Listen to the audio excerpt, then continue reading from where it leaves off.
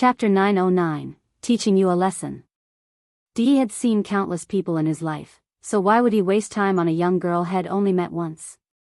He really didn't remember Wu Yenyun. Wu Yenyun continued, "It was probably a little over 2 months ago. You were sitting in your car and had your driver give me 100 yuan, don't you remember?" Dee frowned and thought for a moment. There seemed to be a faint impression. "The last incident was my driver's fault. The money was compensation to you. You don't need to return it." Having said this, Dee turned his head to Wang Ziki. "Let's go." "Okay," Wang Ziki nodded. "Wait." Wu Yenyun hurried to catch up with the two men's pace.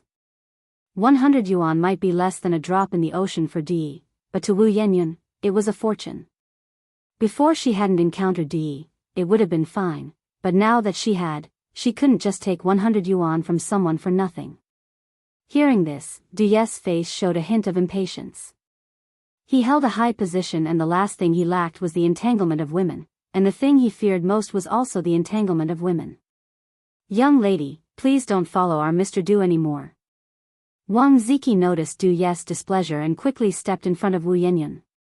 Wu Yenyun was also a bit embarrassed. I just want to return the money to this gentleman," Wang Ziki continued. "If you really want to return the money, then take this 100 yuan and give it to someone in need, that will count as having returned it."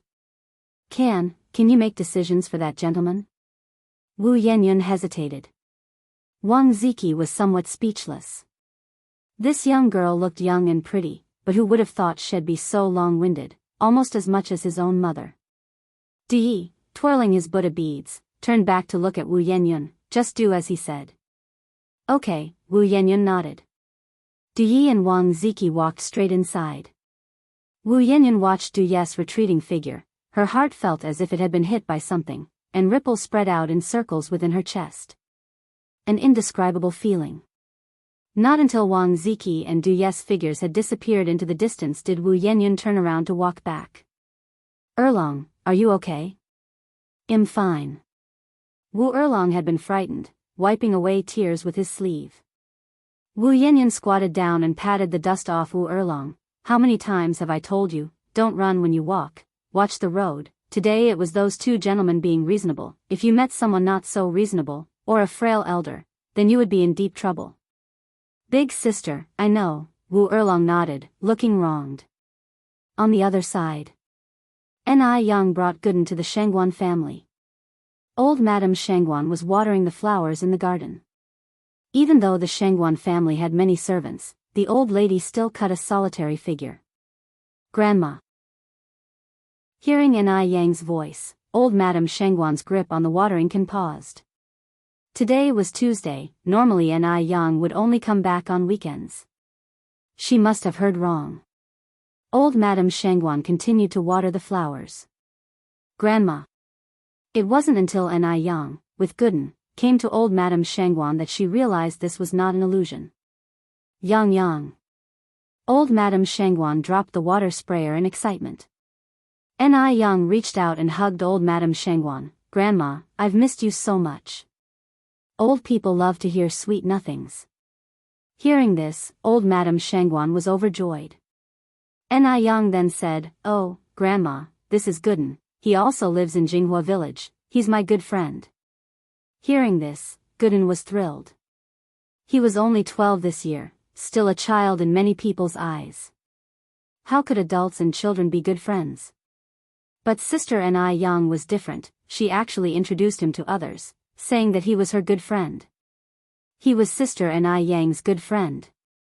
Gooden was delighted beyond belief, and quickly greeted old Madame Shangguan. "Hello, Grandma. I'm Gooden. My full name is Li Changsho, but you can just call me Gooden."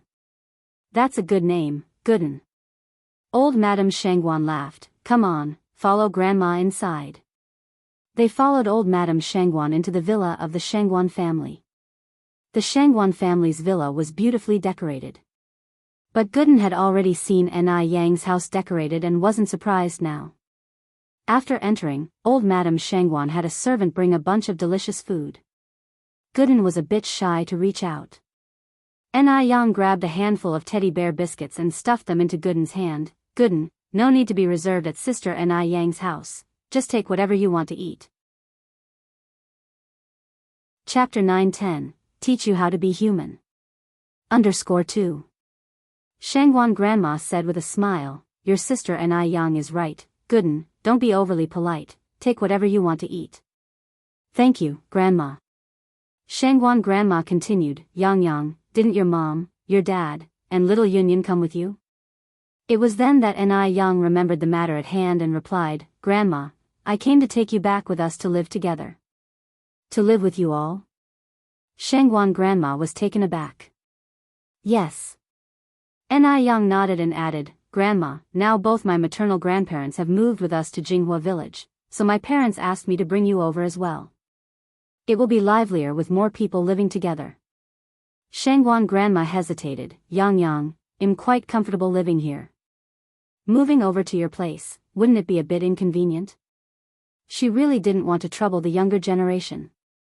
Yang said with a smile, there's no inconvenience at all, that's your home too. It's much livelier when everyone lives together. The cement road in our village is already fixed. Whenever you miss home, you can just take a car back to visit. It's very convenient. Shangguan grandma still hesitated. Yang continued, Grandma, Yun has been talking about you these past days. If you move over, you'll be able to see Yun every day. Also, you don't have to worry about my brother and sister Xiaoxi at all. There are so many rooms at home, when my brother and sister Xiaoxi come back for holidays, they can choose whichever room they want to stay in. Yun was the youngest child in the family and the granddaughter Shangguan grandma loved the most. After hearing what Yang said, Shangguan grandma immediately replied, all right. Then I'll move over. I'm going to make a call right now to inform Xiaoxiu and Xiaoxi, oh right, and I need to tell your aunt too. As she spoke, Shangguan grandma excitedly went off to make the calls to everyone. Not only did Shangguan grandma inform Shangguan Su and Shangguan Shi, but she also called all her relatives, unable to stop smiling, oh, the kids are so filial. I said I wouldn't go, but they insisted I come, it seems I really have to go. Though Shangguan grandma was hesitant before going, she was very happy in the end. There isn't an elderly person who doesn't want to live with their own children. After notifying all her relatives and friends, Shangguan grandma packed some clothes and daily necessities. As the three of them were getting ready to leave, Zhao Shen suddenly arrived with Zhao Zijuan. Grandma. Zhao Zijuan rushed in from outside, Sister Yang, you're here too. Yang introduced Gooden to Zhao Zijuan. Zhao Zijuan, a very outgoing child, said, hello Gooden, I'm Yang cousin, you can just call me Zijuan. Though Gooden had grown up in the countryside, he wasn't shy at all and confidently said, then you can just call me Gooden. The two kids quickly started playing together.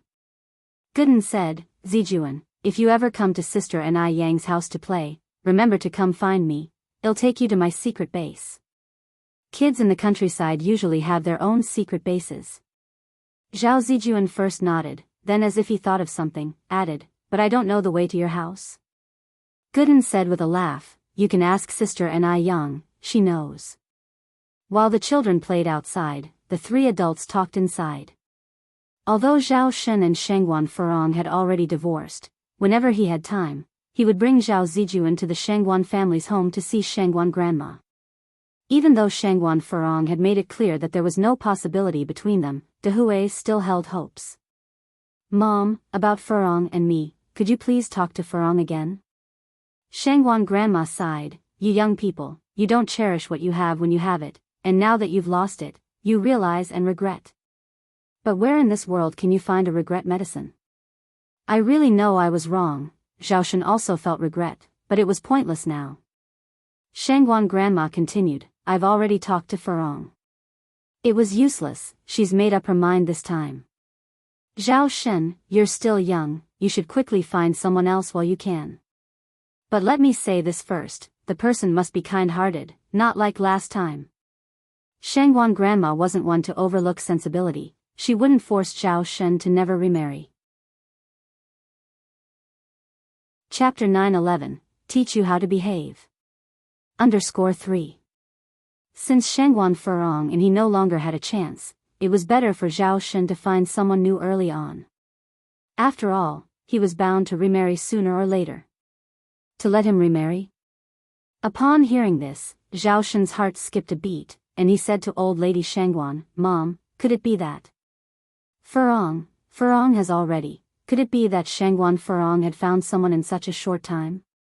Old lady Shangguan understood what Zhao Shun was implying and shook her head. "Furong comes back only once a month now.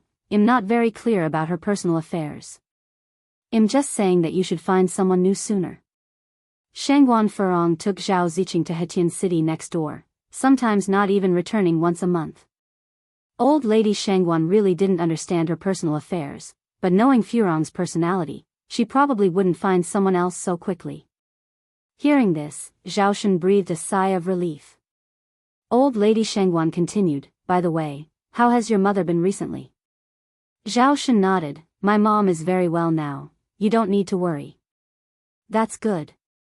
Zhao Shun turned to look at Ni Yang and asked, "Did Yang Yang come today to take your grandma to Jinghua village?" Ni Yang nodded, "Yes. The countryside has good air, suitable for the elderly." Zhao Shun made some small talk before getting to the point. "Yang Yang, your aunt listens to you the most now. Could you help me persuade her? I really regret it, I know I was wrong, and as long as she is willing to give me another chance, I'll do whatever she asks." Since the series of events, Ni Yang's position in Shangguan Furong's heart was different. Whatever Ni Yang said, she would certainly listen. Ni Yang smiled slightly and said tactfully, "Uncle, I'm flattered that you think so highly of me, but I might disappoint you.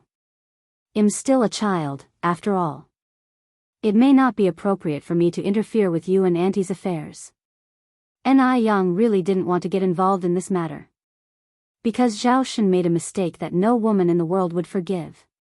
Whether to forgive Zhao Shun and get back together with him was something for Shangguan Furong to consider on her own. Outsiders shouldn't forcefully interfere. Zhao Shun was a clever man. He understood the subtext of Ni Yang's words and sighed, "Okay, Yang Yang, I understand."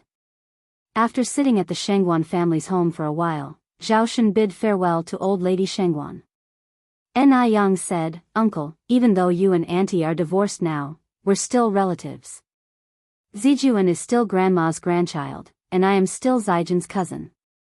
If you have time, remember to take Zijuan to Jinghua village for a visit, as Grandma is going to be staying there regularly from now on." Zhao Shun nodded, "Okay, Yang Yang, I got it." After Zhao Shun left with Zhao Zijuan, Ni Yang also took old lady Shangguan and Guden back to the village. The car played the operas old lady Shangguan loved to hear. The elderly woman smiled all the way there. When they got back to Jinghua village, it was already after 3 in the afternoon.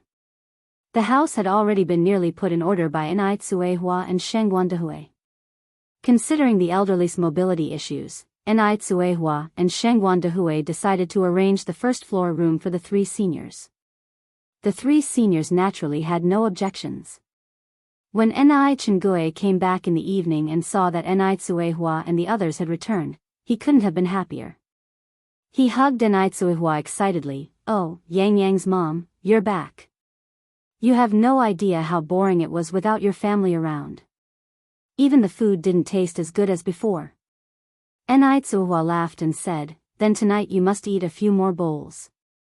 "Certainly will," Ni Chengue said. "Yang Yang's mom, it's been such a long time since I've had your cooking." Ni Tsuehua continued, "Sister Chengue, what do you want to eat tonight? I'll cook anything for you."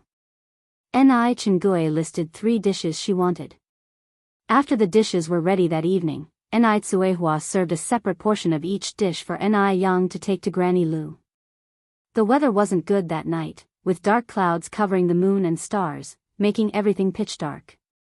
Thanks to Ni Yang's good eyesight, she could still see where she was going. Ni Yang touched her chin, pondering whether it might be time to install some street lamps along the road. But at that time, solar street lamps still didn't exist. The street lamps being installed were manually controlled. They weren't turned on one by one, instead, pushing up the main switch easily did the job. While walking, Ni Yang thought about this, and by the time she arrived at Granny Liu's house, Granny Lu was already having dinner. Chapter 912, Teach You How to Behave. _4. The elderly woman's dinner was very simple. Cornbread with white rice porridge and a bowl of pickled vegetables. Grandma Lu, I'm here. Grandma Lu was getting on in years, and her hearing had been gradually declining until Ni Yang approached her. Only then did she notice Ni Yang. Yang Yang's here. When did you get back, Yang Yang? Ni Yang said loudly, Grandma Lu, I got home this morning. Grandma Lu nodded and continued, did your parents come back with you? They came back, and my maternal grandparents and grandma came along, too. That's good, that's good. It's more lively when the family is together. Grandma Lu took Ni Yang's hand and had her sit down. Ni Yang took the food out of the basket. Grandma Lu, this is what my mom sent over for you, just taken out of the pot, eat it while it's hot. Grandma Lu smiled and said, your mom is too kind. What is this? Let me taste. Ah, your mom's cooking skills are getting better and better. The flavor of this dish is indescribable. Ni Yang went on, Grandma Lu, now that my maternal grandparents and I have moved over, why don't you move in and live with us? Because she had grown fond of Grandma Lu, and Grandma Lu had no children of her own nor any relatives or friends, Ni Yang had previously invited Grandma Lu to stay at their house. But Grandma Lu had refused. No matter what, she didn't want to go. This time, Ni Yang brought it up again, but Grandma Lu still refused. No, I'm quite happy living here. A golden nest, a silver nest, is not as good as one's own dog house, Yang, no need to mention it again. After chatting with Grandma Lu for a while, Ni Yang left. After Ni Yang had gone, Grandma Liu's courtyard returned to its previous quiet state. Ni Yang looked back at the little house enveloped by the night and silently made up her mind about something. Since Grandma Lu didn't want to move in, she would find a way to make Grandma Liu's home more lively. The next day, the village air was really good. If it hadn't been for Duo, who had smelled bad all morning, flying to Ni Yang's bedside and squawking, Ni Yang could have slept for another 2 hours. Duo, what are you squawking about? Ni Yang got dressed and went down from the bed. Get up. Get up. Duo said, I'm hungry. I'm hungry. Ni Yang smiled helplessly. It turned out this little guy was hungry. She took a handful of bird food she brought back from abroad and put it on the coffee table. You can't even catch bugs. You stupid bird. Duo was too busy eating to pay attention to Ni Yang. Ni Yang went to freshen up in the bathroom. She had personally designed the house for convenience. Nearly every room had a bathroom. After freshening up, she went downstairs just in time for breakfast. In the dining room, old Madame Shangwan and old Madame Zhang were eating breakfast and chatting. Good morning, Grandma. Good morning, Grandmother. Ni Yang grabbed a bun casually. Where's Grandpa? Old Madame Zhang said, your grandpa went out with Yun, probably for a walk. The villagers didn't recognize Mr. Zhang, but they all knew little Ni Yun. Going out with little Ni Yun was like walking with a living signboard. Plus, little Ni Yun had a built-in sense of direction. Although she was young, she was smart. After breakfast, Ni Yang rode her bike to the city. She was going to check the accounts of various stores. Because there were many stores, it took a whole day and she still hadn't finished. Not until the third day around 11 in the morning did Ni Yang finish checking all the accounts. After doing the accounts, Ni Yang bought some things and went to visit Xiaozhou, who had played a crucial role in clearing up the situation. As soon as Xiaozhou saw Ni Yang coming with so many things, he was immediately delighted and said with concern, Brother Yang, this is too kind of you. I'll feel embarrassed. While saying he was embarrassed, Xiaozhou kept carrying the things inside. Ni Yang joked, your skin is thicker than a city wall's corner, and you know how to feel embarrassed. Is that how you compliment someone? Xiaozhou pushed Ni Yang lightly and then asked, by the way, with such a big event at your house, are you okay? Ni Yang raised an eyebrow slightly, your brother Yang is so capable, what could possibly go wrong? Xiaozhou continued, how's your family? While Xiaozhou was a detective, he didn't investigate every single matter, if he had to look into everything, how much effort would that take? Ni Yang succinctly told about the fate of Jing Lingling, Sun Wu, and Jing Xianjing's family of 3. Chapter 913, Teach You How to Behave. _5. Xiao Zhou said, "What goes around comes around. By the way, how is your aunt? Her mental health wasn't good to begin with. Did this incident not totally devastate her? Having lost her only child, kept in the dark, and nearly causing the death of her own grandniece, anyone would probably find it hard to cope with such blows." Ni Yang sighed.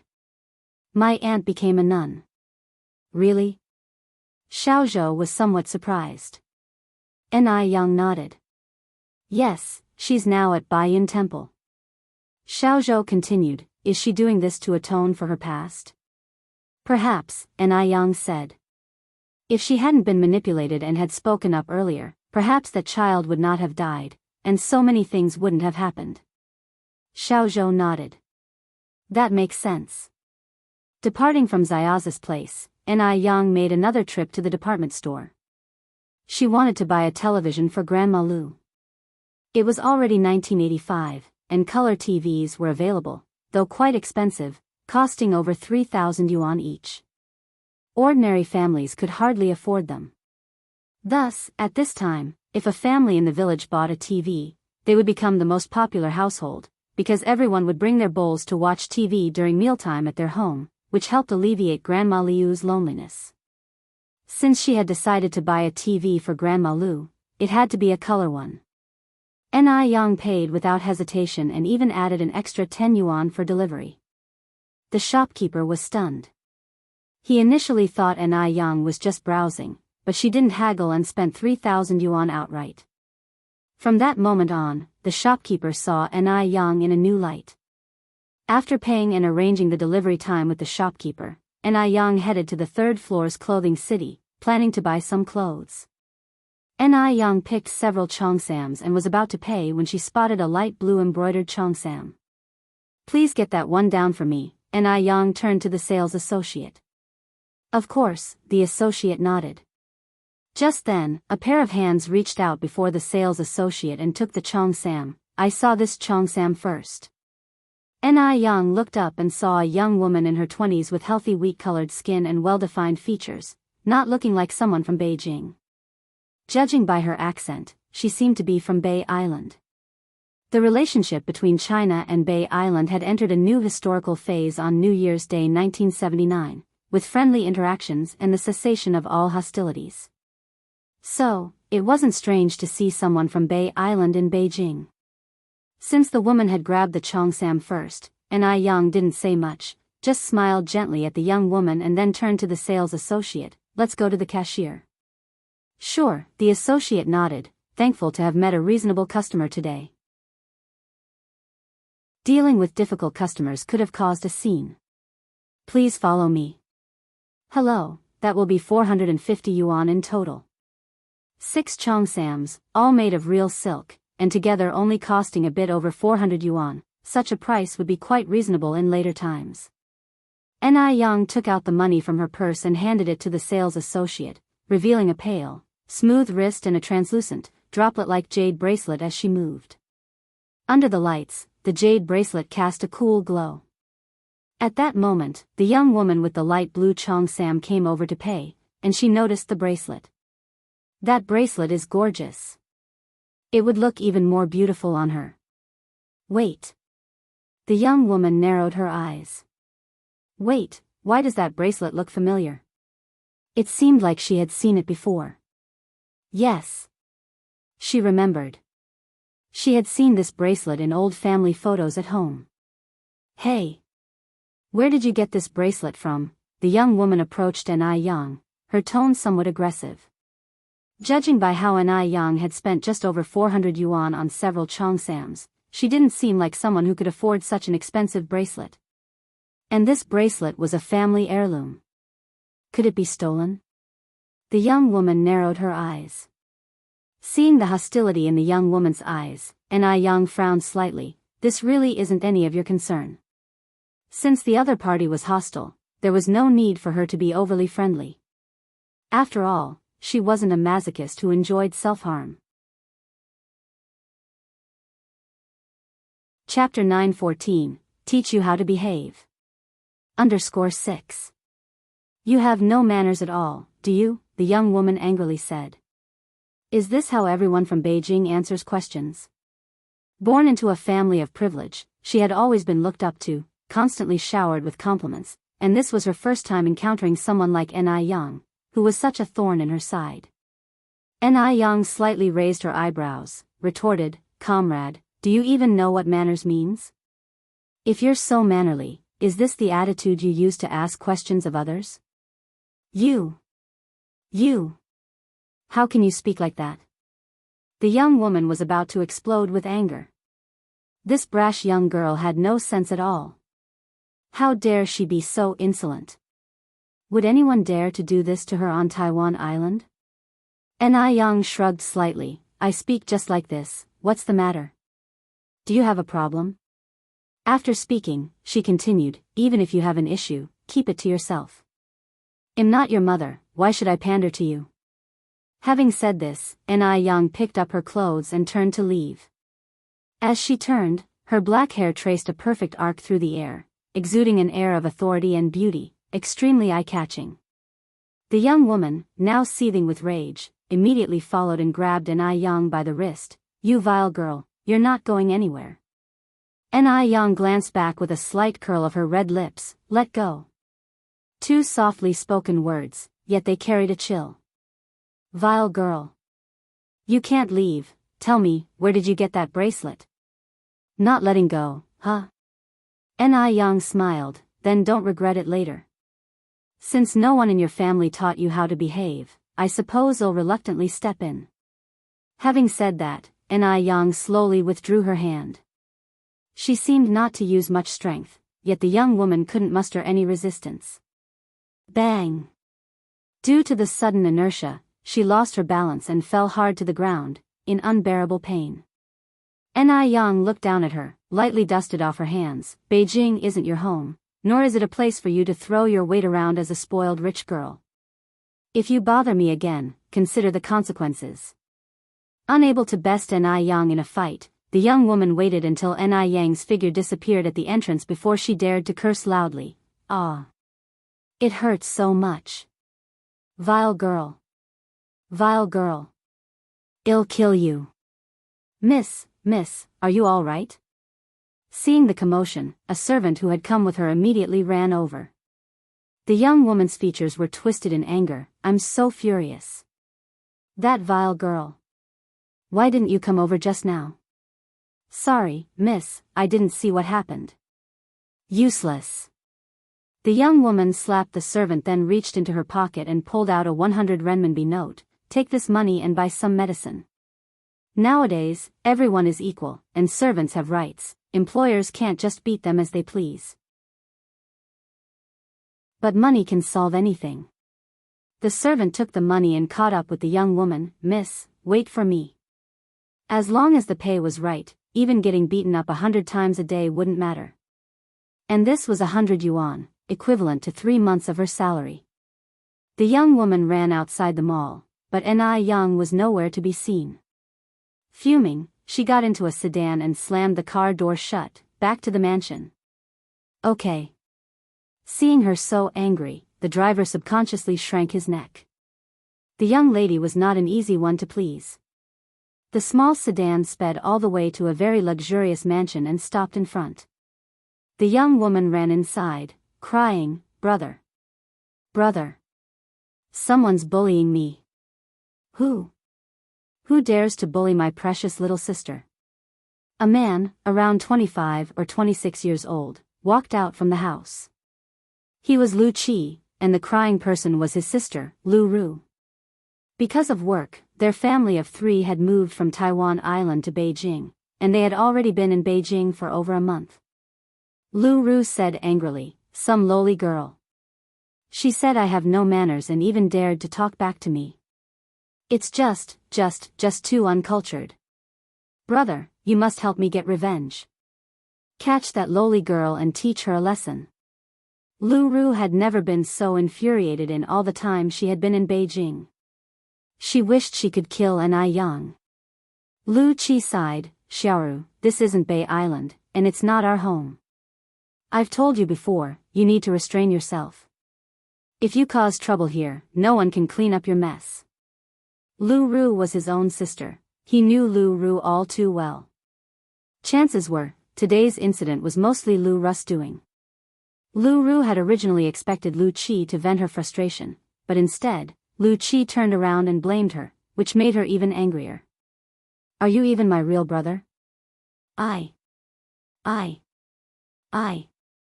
am not talking to you anymore. I'm going to find Dad.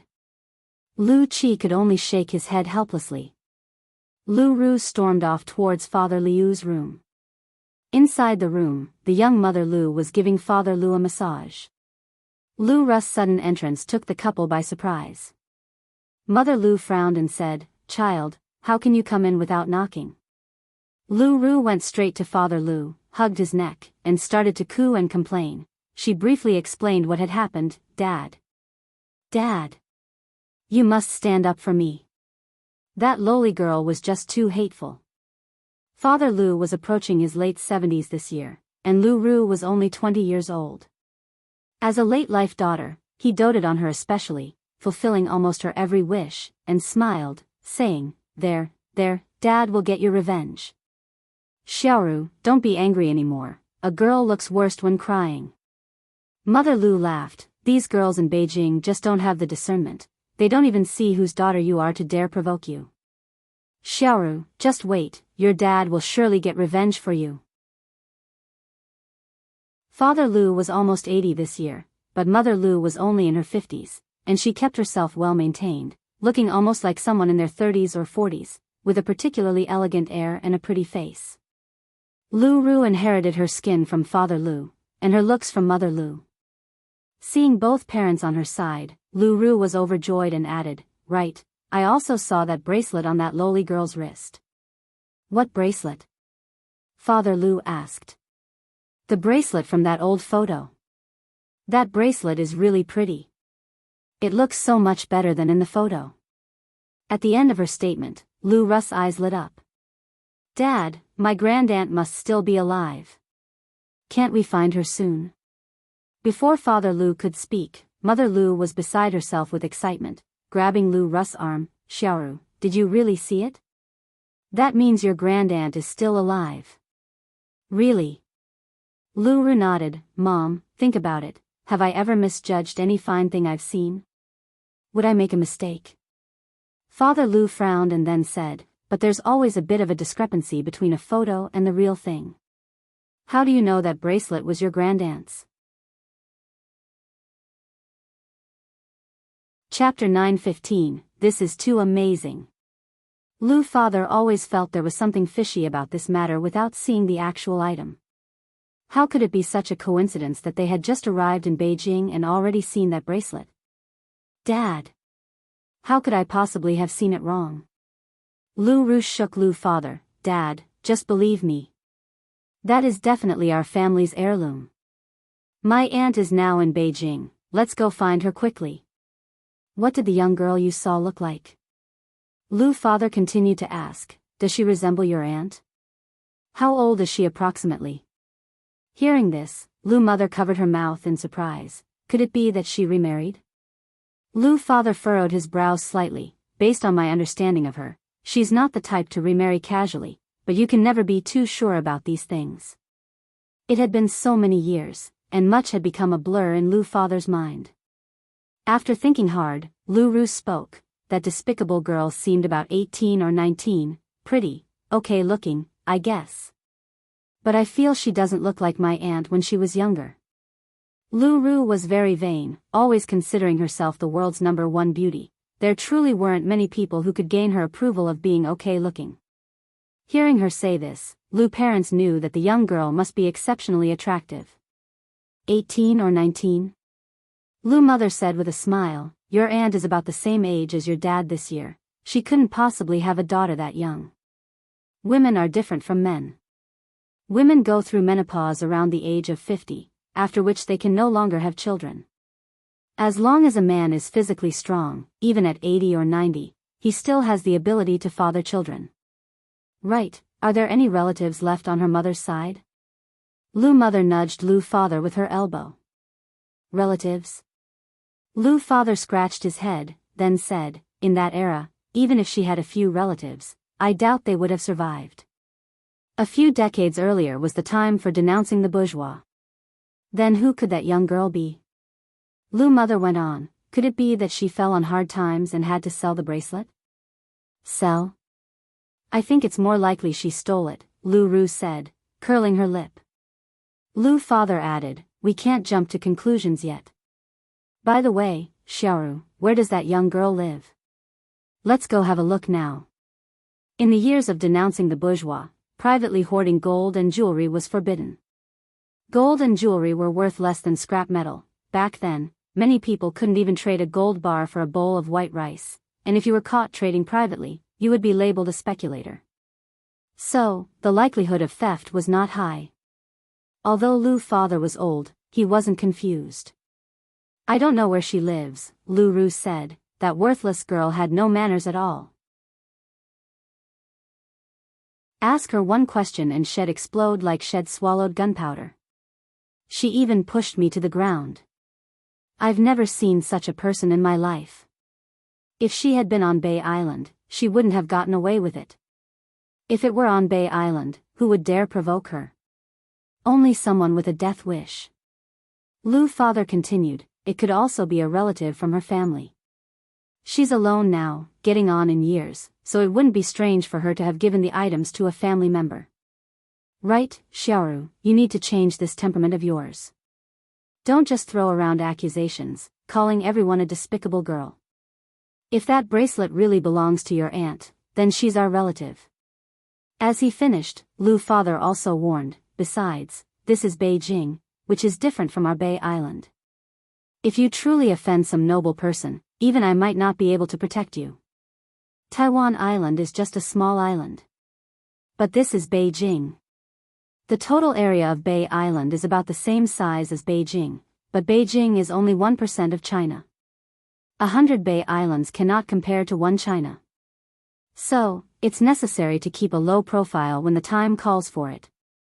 I know, Lu Ru replied nonchalantly and then said, Dad, since we're sure that aunt is in Beijing, let's hurry and find her. She'll definitely be so happy to see us. Lu's father did not speak. Lu's mother said, exactly. Xiaoru, you're right, we need to find your aunt as soon as possible. Lu Ru went on, Dad, would you be able to give me that bracelet when the time comes? She had taken a liking to the beautiful bracelet at first glance. Lu's mother said with a smile, of course, well give it to you. Your dad and I have only you for a daughter. Who else would we give it to if not you? Chapter 9:16, This is too amazing. _2. That's wonderful. Lu Ru was overjoyed, hugging her mother tightly, Mom, thank you. I love you. The mother and daughter were ecstatic, but the expression on Lu Ru's father's face was somewhat heavy. After lunch, Lu Ru's mother hailed a cab and went out on her own. Soon, the car stopped next to an ordinary residential area. Standing in front of the residential area, Lu Ru's mother was filled with deep emotion. The area had changed so much over the decades. She took a piece of paper out of her pocket and, following the address on it, arrived at the second floor. Room 206, this should be the place, she muttered, looking around before knocking on the door. But after knocking for a long time, there was no response. What's going on? Lu Ru's mother frowned slightly and raised her voice, Is anyone there? Is anyone there? Instead of the door she was knocking on, the neighbor's door at 207 opened. Comrade, who are you looking for? Feeling a bit embarrassed, Lu Ru's mother said, I'm looking for someone who lives here. By the way, does a doctor with the surname Jiang live here? Are you here to see a doctor? The neighbor scratched his head, looking at Lu Ru's mother, You look quite similar to Dr. Jiang. Are you related? No, Lu Ru's mother quickly denied, I have no family connection with her. I've heard that she has incredible medical skills and has cured many difficult diseases, so I came to seek her treatment. I see, the neighbor nodded, then added, Dr. Jiang hasn't been around for quite a long time. We have no idea where she went. In this era, communication was not well developed, and there was no internet. Since Dr. Jiang was not arrested here, the neighbors had no idea she had been jailed, let alone that she had been executed. Lu Ru's mother frowned slightly, then continued, How long has it been since you last saw her? After thinking for a moment, the neighbor replied, About a month, I guess. A month? That was exactly when they had arrived in Beijing. They had just come here and hadn't settled down yet, so she hadn't come to find Dr. Jiang right away. As she spoke, the neighbor continued, It's odd, when Dr. Jiang was living here, her nephew used to visit her often. But it's been a long time since he last came, and Dr. Jiang is getting on in years, so maybe her nephew took her to live with him and enjoy her old age. Without further conversation, Lu Ru's mother thanked the neighbor and then turned to leave. Had Dr. Jiang really been taken away by her nephew to enjoy her old age? Lu Ru's mother sighed, glancing back at the direction of the residential building, her face filled with worries. Where on earth could she have gone? On the way back, Lu Ru's mother noticed a detective agency and walked in. Jiang Yan? Zayaz's face changed slightly when he saw who Lu Ru's mother was looking for. Yes, Lu Ru's mother nodded. Could you please investigate where she is now for me? Money is not an issue, I just want to find the person. Then you'll need to pay an 800 yuan deposit first, Xiaozhou said. Lu Ru's mother took out a stack of money from her bag and placed it on the table. May I ask when you will have the results? Smiling, Xiaozhou replied, Our agency is very efficient. Come back tomorrow morning, and there will be news. Lu Ru's mother nodded, All right, I'll come back tomorrow morning. Leaving the detective agency, Lu Ru's mother still looked rather troubled, an ominous feeling lurking in her heart. Looking through the glass window at Lu Ru's mother's retreating figure, Xiaozhou narrowed his eyes slightly. When Ni Yang returned to Jinghua village, it was already past 12 p.m. She had arranged with the boss selling televisions that he would deliver the TV at 1 o'clock. Seeing that it was about time, Ni Yang set off for Grandma Liu's place. Sister. Little Ni Yun suddenly called out to Ni Yang. Yun. Ni Yang looked back gently and saw little Ni Yun holding a small bucket in one hand and a toy shovel in the other, her tender little face spotted with mud, smiling sweetly at Ni Yang. Grandpa, what are you doing? Ni Yang then asked. Old Master Zheng smiled and replied, I'm thinking of clearing this empty space out here and then planting some flowers. Old Master Zheng was a gardening enthusiast who loved planting flowers. The village had plenty of space, perfect for him. He saw a vacant plot next to the house and, not wanting it to go to waste, decided to turn it into a flower garden. He also planned to dig a little fish pond, so he could enjoy some fishing in his spare time. Ni Yang nodded, then added, If you need any help, just call me. I'm heading over to Grandma Liu's for a bit. Chapter 917, This is Too Amazing. _3. Upon hearing this, little Ni Yun quickly threw away the small shovel and patted his chest, saying, Sister. I can help Grandpa. I'm really great. Elder Zheng laughed and said, Yes, Yun can help me, Yang, you don't need to worry about me anymore. Go ahead and do your thing. Ni Yang arrived at Grandma Liu's house. Grandma Liu was bathing her cat on the balcony. At the time, it was rare in the countryside for people to bathe their cats, but Grandma Liu was such a particular person. Due to her aristocratic birth, she always carried an inherent dignity. Even though she was down on her luck now, that dignity was still preserved. Meow, meow, meow. Grandma Liu had not yet seen Ni Yang. It was the little cat that saw her first. Yang is here. Seeing Ni Yang, Grandma Liu smiled happily. Grandma Liu, you're bathing Depang. Depang was a Chinese orange tabby cat, known for being particularly plump. Depang's plumpness was partly due to the food, as Grandma Lu would even save the food she herself was reluctant to eat for Depang. Depang was not only fat but also very intelligent, which was why Grandma Lu particularly adored him. Grandma Lu smiled and nodded. Yes, it's been several days since Depang last bathed, and it's almost getting infested with bugs. They were chatting when a blue farm vehicle stopped at the doorstep, and a middle-aged man jumped down from the vehicle and shouted, "Comrade, is the television to be delivered here?" "Yes," Ni Young walked over. "Please help bring it inside." "All right." Two men lifted the 18-inch television and followed Ni Young into the house. Grandma Lu was startled. Yang, what is this about?"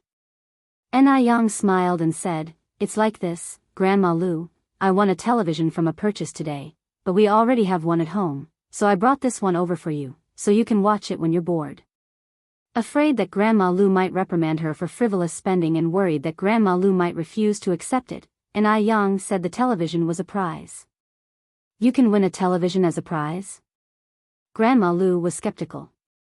"Really?" Ni Young nodded. "Grandma Lu, if you don't believe it, you can ask these two uncles."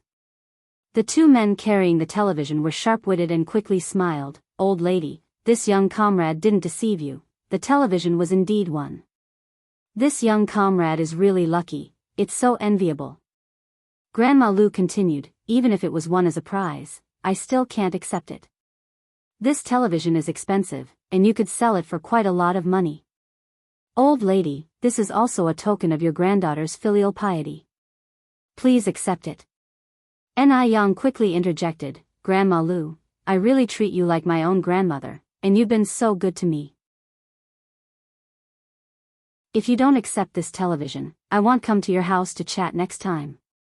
Fearful that Grandma Lu might continue to refuse, Ni Young added, "And when you gave me this bracelet last time, I didn't refuse, did I? Truthfully speaking, this bracelet is worth much more than the television." "You child." All right, I'll accept it," Grandma Lu said helplessly with a smile. "Comrade, do you think placing the television here would be okay?" one of the movers asked, pointing to a long table in front of the living room. In the countryside, almost every household has a long table in front of the living room. It's not exactly called a table. In some places, it's referred to as a coffee table, though it's different from a typical coffee table, and in other areas, it's called a console table. The table is usually used to hold clocks, vases, and other ornaments. "That's fine," Ni Young nodded. The two men placed the television on the long table, connected the power, and colorful images immediately appeared on the screen. At that moment, the popular TV series, Travels of the Prowess Shadow, was playing on the television. Grandma Lu exclaimed, "People nowadays are really capable, managing to squeeze humans into such a small, square box like this. Who would have dared to imagine this in the past?" Ni Young nodded, "Yes." Then, Ni Young taught Grandma Lu how to operate the television. Although Grandma Lu was elderly, her responses were not dull, and though her hearing was occasionally poor, her mind was sharp, and she quickly learned. With the television now there, the once somewhat quiet courtyard immediately became lively. Chapter 9:18, This is Too Amazing. _4. The first person to discover that Grandma Lu had gotten a television was the neighbor next to Grandma Liu's house, and word spread quickly, so everyone came to watch TV at Grandma Liu's home. Ni Young had just returned to the Ni family courtyard when she saw Xiaozhou standing at the doorway. Yang, you're back at last. I've been waiting for you for a long time," Xiaozhou said, visibly excited upon seeing Ni Young. Ni Young smiled and said, "I was just at Grandma Liu's place not far from here. If you were in such a rush, you could have come to find me. Or you could have just called out, and I would have heard you." "I didn't want to interrupt what you were doing," Xiaozhou replied. "Today, someone who looks a lot like Jiang Yan came to the detective agency to inquire about her whereabouts." Xiaozhou knew that Jiang Yan was the chief culprit behind the poisoning of Chao Lingrui and the two elderly people from the Jing family, so after Liu's mother had gone, he couldn't wait to come to Jinghua village to tell Ni Young about it. "Jiang Yan? You mean Dr. Jiang?" Ni Young narrowed her eyes slightly. "Yes," Xiaozhou nodded.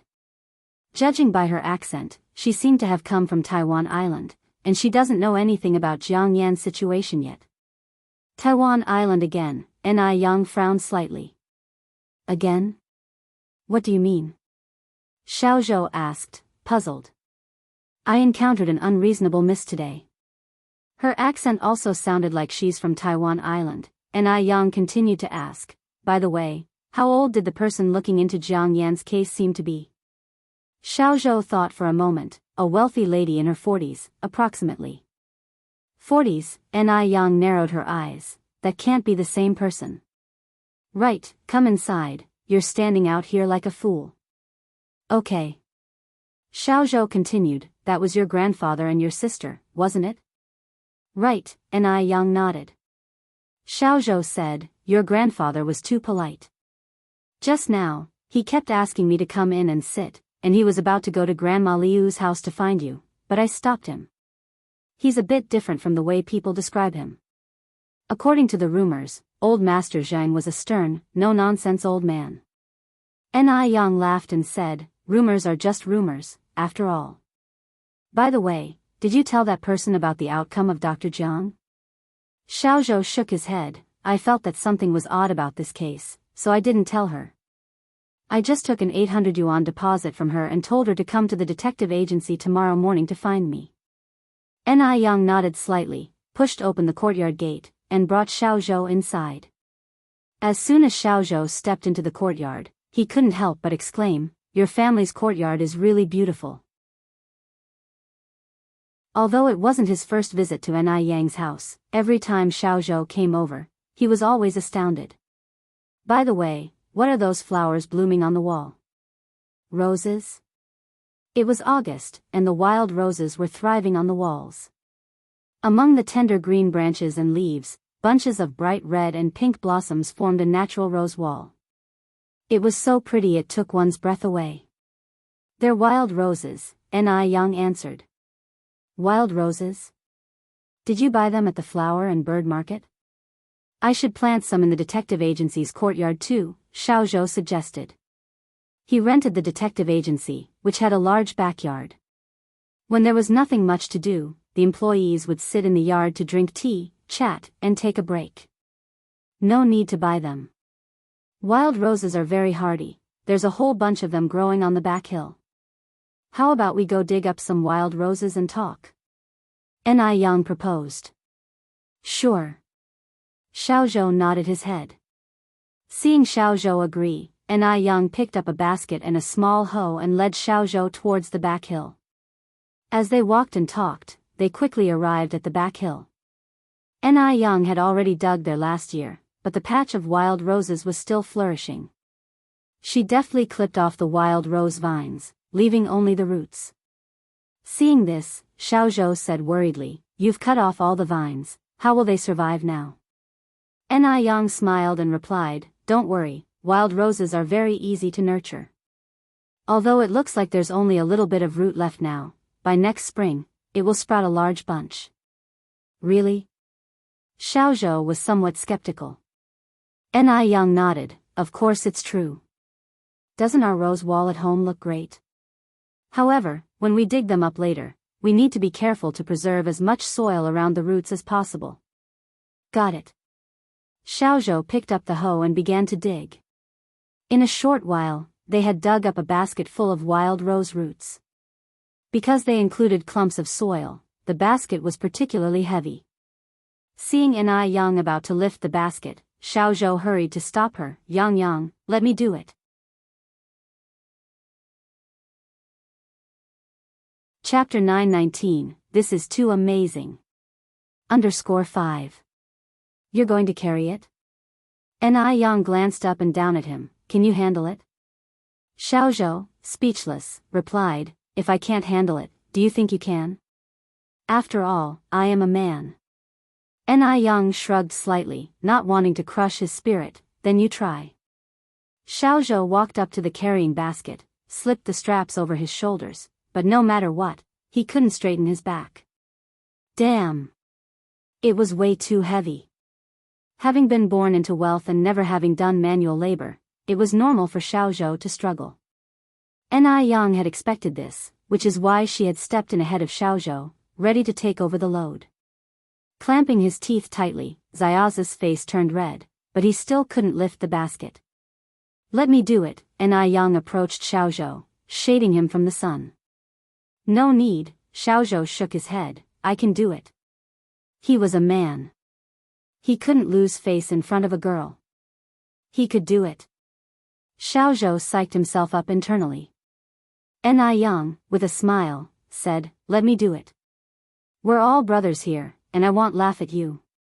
"Xiaozhou, you're already laughing. If I can't carry it, do you think you can?" Xiaozhou looked up at Yang.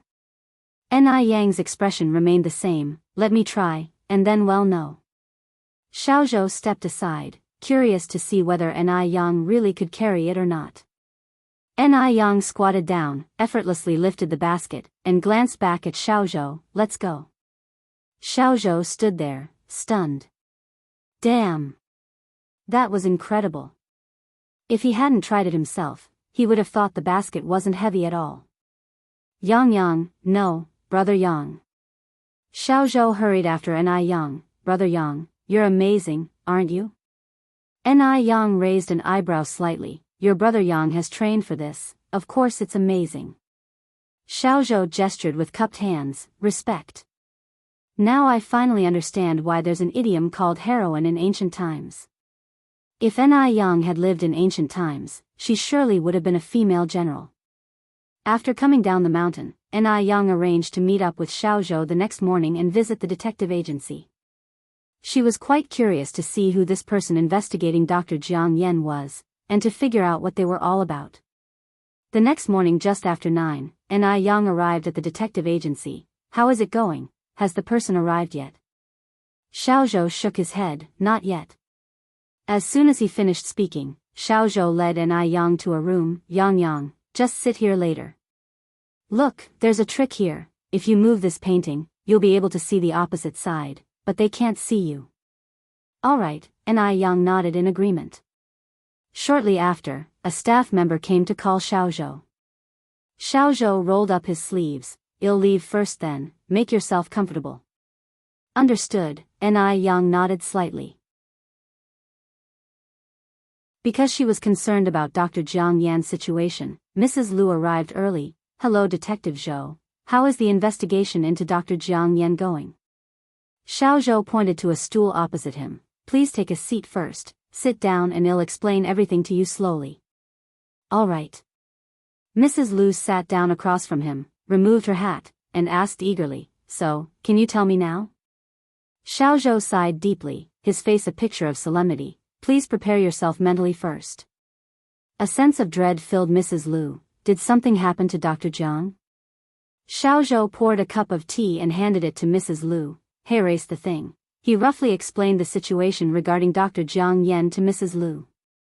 Upon hearing this, Mrs. Lu felt her blood run cold, her face turned ashen, and with a strained smile, she asked, You're joking with me, right?" Xiaozhou sighed again. "Why would I joke about something like this? I'm very sorry, but this is true. If you don't believe me, you can go to the Public Security Bureau to ask. In fact, Dr. Jiang Yan got what she deserved. You don't know how terribly she and Jiang Xiaoman hurt the Zheng family. Chao Lingrui didn't even get a proper burial."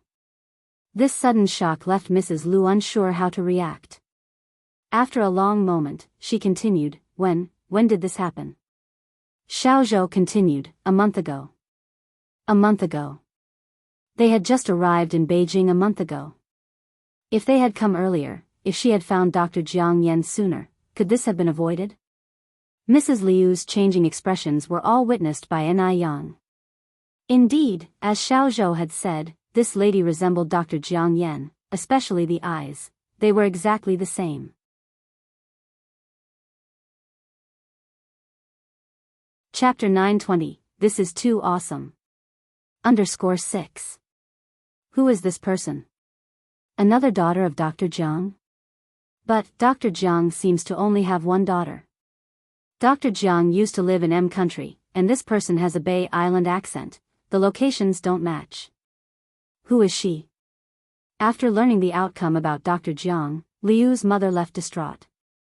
After Liu's mother had left, Yang came out from behind the house. Xiaozhou, what's this person's name? Xiaozhou shook his head. I don't know her name either, but she came to investigate Dr. Jiang. She must be related to Dr. Jiang. She looks so much like Dr. Jiang.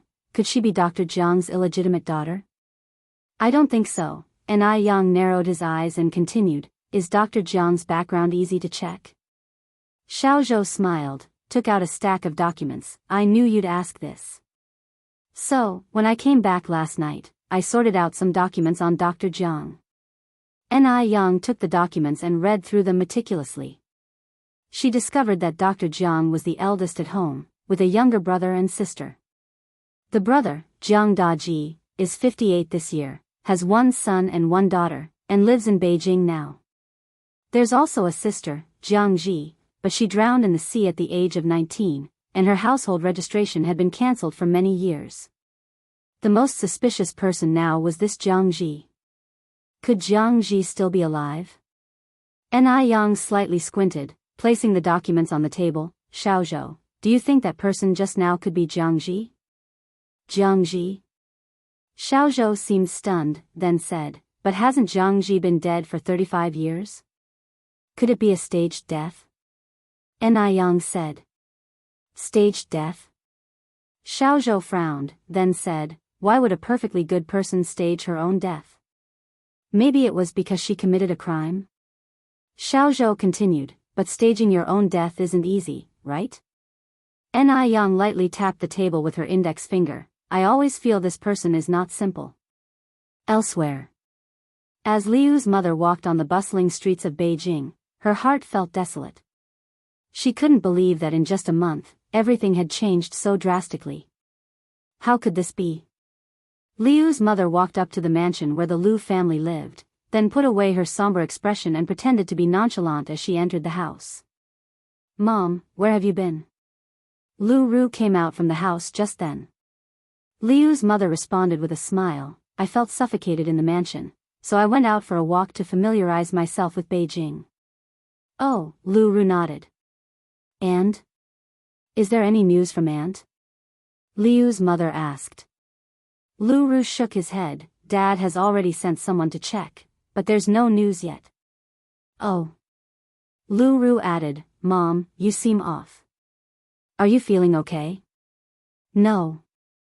Is Wentong feeling unwell? Should I get the doctor to come and check on you? Liu's father came out from the study room upon hearing Lu Ru's words, appearing very concerned. Speaking of Liu's mother, Jiu Wentong, she was a fortunate woman. Having married the nearly 50-year-old Liu's father at 22, she had always been cherished. After so many years, she was still held dear by Liu's father. I'm fine, I'm probably just not used to the climate in Beijing, said Liu's mother. Liu's father nodded. Indeed, the climate here in Beijing is not as good as back home. Wentong, don't worry, once we are done here, we'll go back to Bay Island immediately. Okay, Liu's mother said, then added, I'll go upstairs to rest for a bit. With that, she walked upstairs. Lu Ru quickly asked, Dad, did you find out any news about Aunt? Liu's father shook his head. It's not that quick. If it takes any longer, all the good stuff will be taken by others. Lu Ru sighed, then said, we had an agreement earlier, you must give me that bracelet when the time comes. When have I ever lied to you? That's reassuring. Lu Ru continued, when I run into that savage girl again, I'll definitely teach her a lesson. What if she's a relative from Aunt's family? Liu's father asked. Lu Ru sighed reluctantly, then forget it. For Aunt's sake, I'll forgive her once, but she really is too savage, too ill-mannered.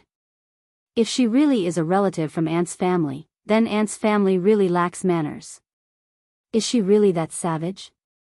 Lu Qi walked in from outside.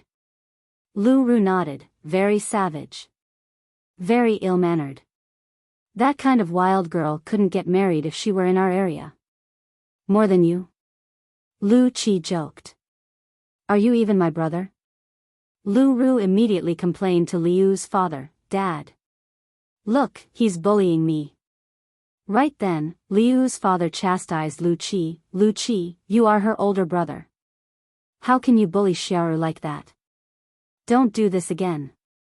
Lu Qi retorted speechlessly, Dad, just indulge her. Sooner or later, you'll regret it. Lu Ru rolled her eyes at Lu Qi. Ni family.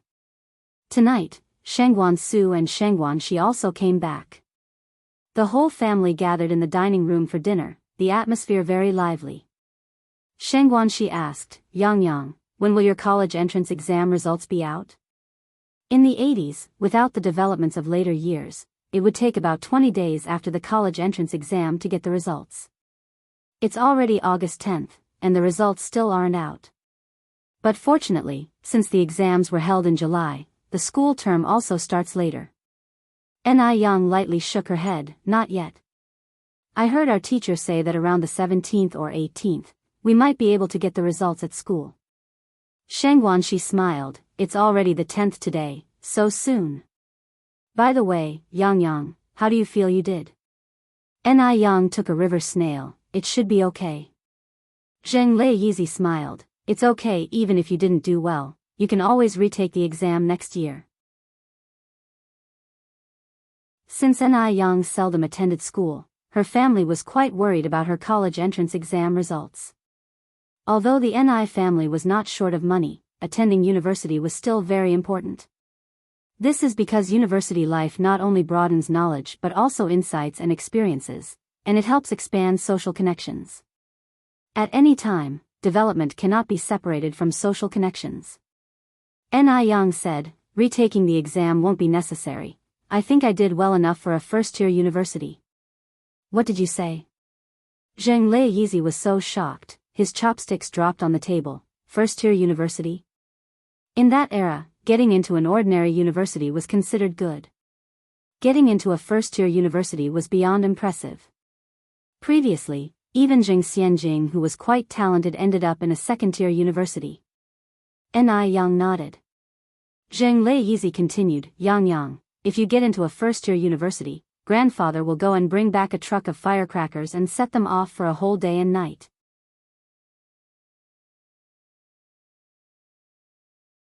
Chapter 921, Science Top Scholar. Crushing scum in progress. A truckload of firecrackers? Ni Yang said with a smile, Grandpa, you're really exaggerating, aren't you? Old Master Jing laughed, not at all, not one bit exaggerated.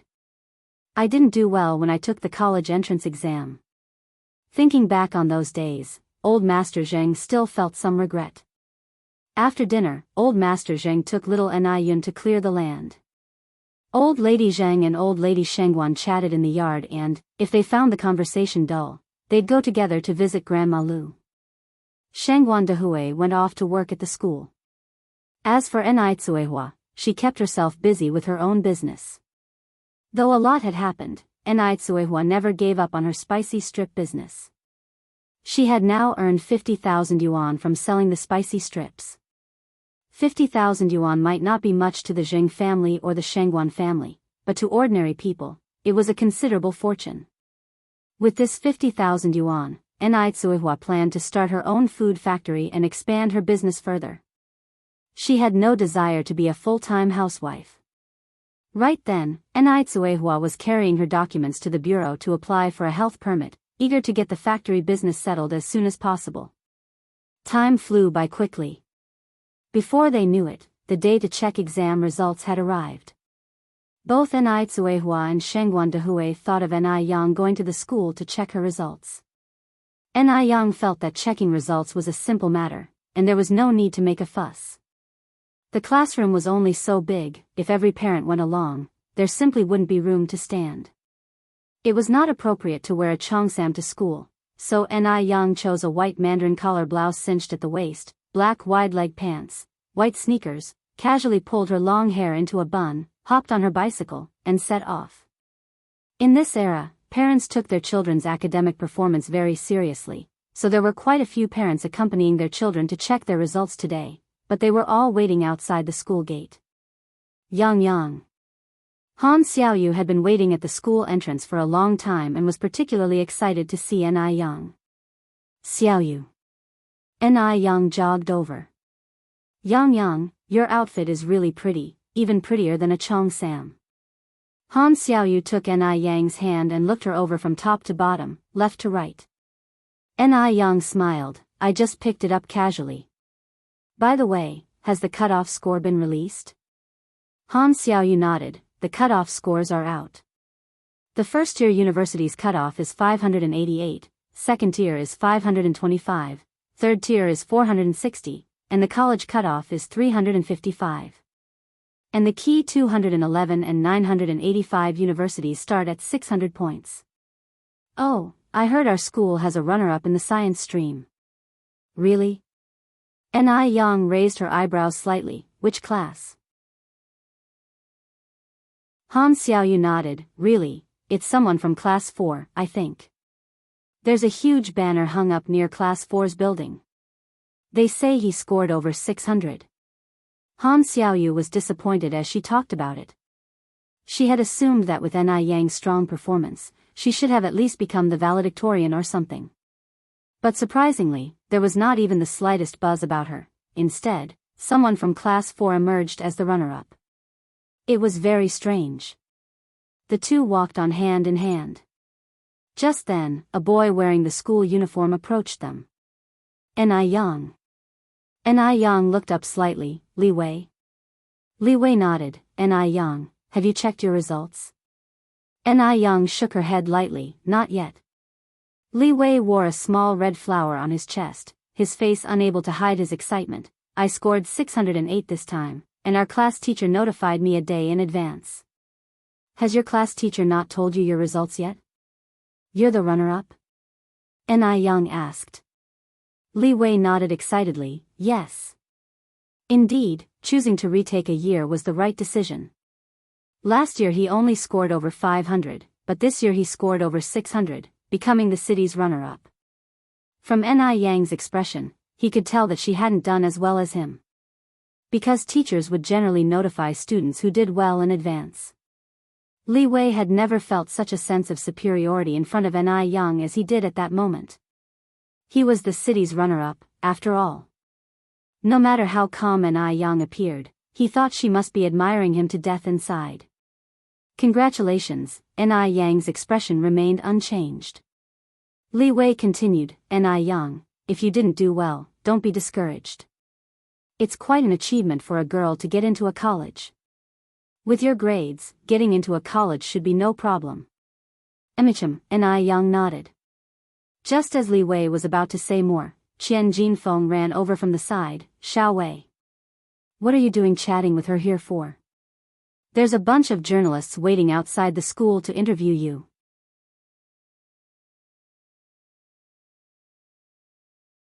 Chapter 922, Science Top Scholar. Crushing the Scum in Progress. _2. Qian Jinfeng was like a proud peacock, acting as if nobody was good enough to match her son. Her son was the second highest scorer. If this were ancient times, he could have climbed straight up the ranks to a high official position. What about Ni Yang? Ni Yang was just a country bumpkin. A worthless private entrepreneur. Did she think she could aspire to her son's level? She was utterly lacking in self-awareness. Li Dongliang said to Li Wei as he pulled him along, let's go, let's go.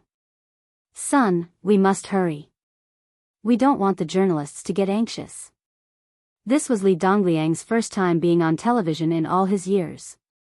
Though it was his son who scored second, he, as the father, basked in the reflected glory.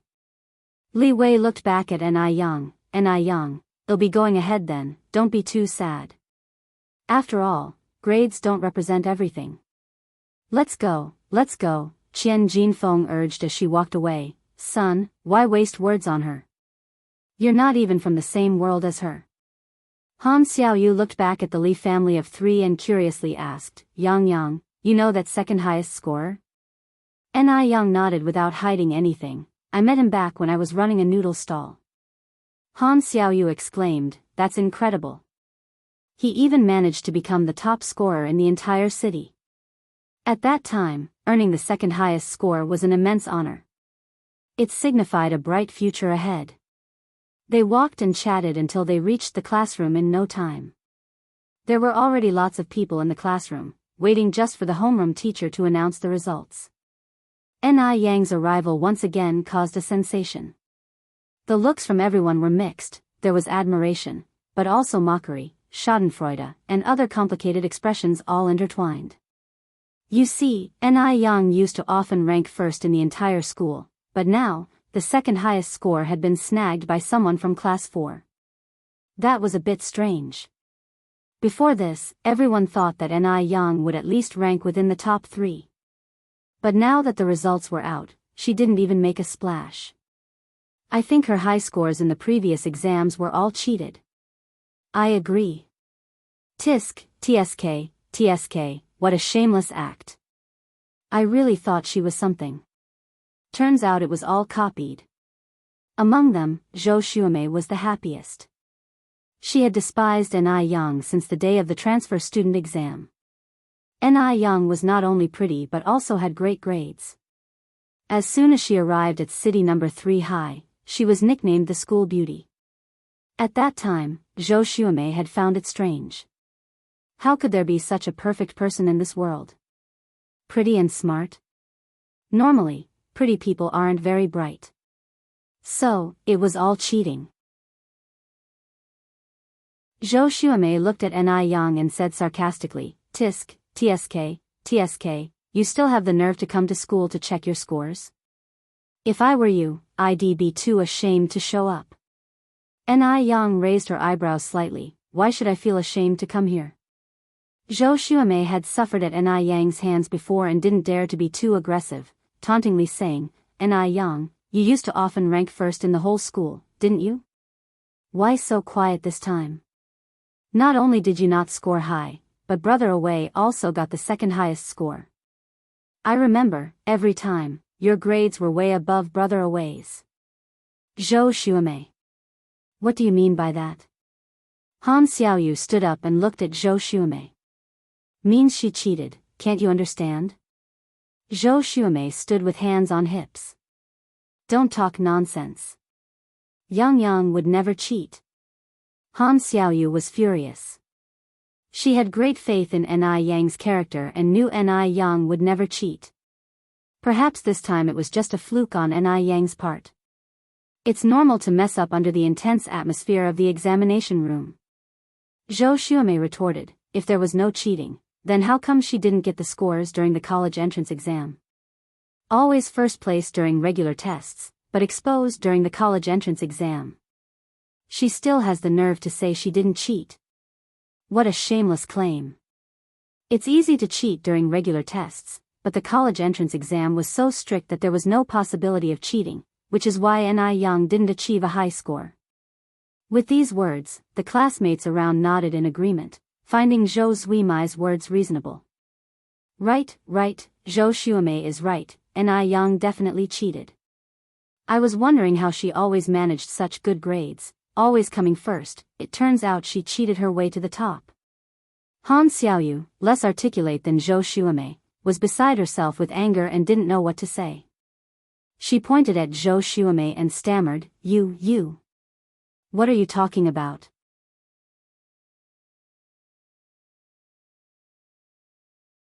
Chapter 923, Science Top Scholar. Crushing the Scum in Progress. _3. Let it go, Xiaoyu, why even bother talking to such people? Ni Yang said with a smile as she pulled Han Xiaoyu back to her seat. Seeing Ni Yang react this way only made Zhou Xuemei even more arrogant. Look how guilty you are. That's just disgusting. To think you plagiarized. You've totally disgraced our school and our class. Cheater. Ni Yang could keep her composure, but Han Xiaoyu could not. Yang. Look at them. Look at that Zhou Xuemei. How could she falsely accuse you like this? Yang, why aren't you angry at all? Ni Yang was very calm and smiled. The innocent have nothing to be angry about. Don't be mad either, Xiaoyu. Oh, I brought you some snacks. In situations like this, the best response is to keep silent. Han Xiaoyu was a real food lover. Upon hearing about food, her eyes lit up. What kind of snack? Ni Yang took out a cup of New York milk tea and a box of glutinous rice dumplings from her backpack and handed them to Han Xiaoyu. Ah! Yang. I love you so much. Han Xiaoyu hugged Ni Yang excitedly. Han Xiaoyu loved New York milk tea and their sweets, but there was always a long queue for New York milk tea, and some of the items were limited editions, not always available even if you had the money. Ni Yang had her ways, always managing to get them. I'll pay you. Han Xiaoyu pulled out 50 cents and handed it to Ni Yang. Ni Yang smiled and said, "You always insist on paying, but we are about to graduate. This treat is on me." Although Han Xiaoyu loved her food, she never took advantage of Ni Yang. Even if Ni Yang refused to take money, she insisted on giving it to her. Teacher's office. It wasn't just the students of Class 5 who were taken by surprise, but also the homeroom teachers of various classes. Everyone thought Ni Yang would surely be in the top 3. Unexpectedly, the second top spot went to someone from the neighboring Class 4. Ni Yang didn't make even a splash. Such a disappointment. Coincidentally, Zhang Chang taught Class 4. He walked up to Teacher Su, all smiles. "Teacher Su, hasn't the admissions office called you yet? With Ni Yang's marks, she should at least be the city's top scholar, right?" That last remark was clearly meant to be sarcastic. If a school had a student scoring in the top 3, the city admissions office would notify them in advance. Journalists would also arrange to come for interviews in advance. That's why everyone else didn't know their scores yet, but Li Wei had already been informed he was the second top scorer. Before Ni Yang was assigned to his class, Zhang Chang was incredibly envious, especially seeing her score first in the whole school. Unexpectedly, she didn't have what it takes. Her past achievements were clearly plagiarized. Such people reveal their true colors come examination time. Everyone thought Ni Yang was a dragon, but it turned out she was just a pool of pus. How disappointed Zhang Chang had been before, he was now equally triumphant. Second top in the city. A student taught by him. Fortunately, Ni Yang wasn't moved directly to his class back then, or he would have been the laughing stock now.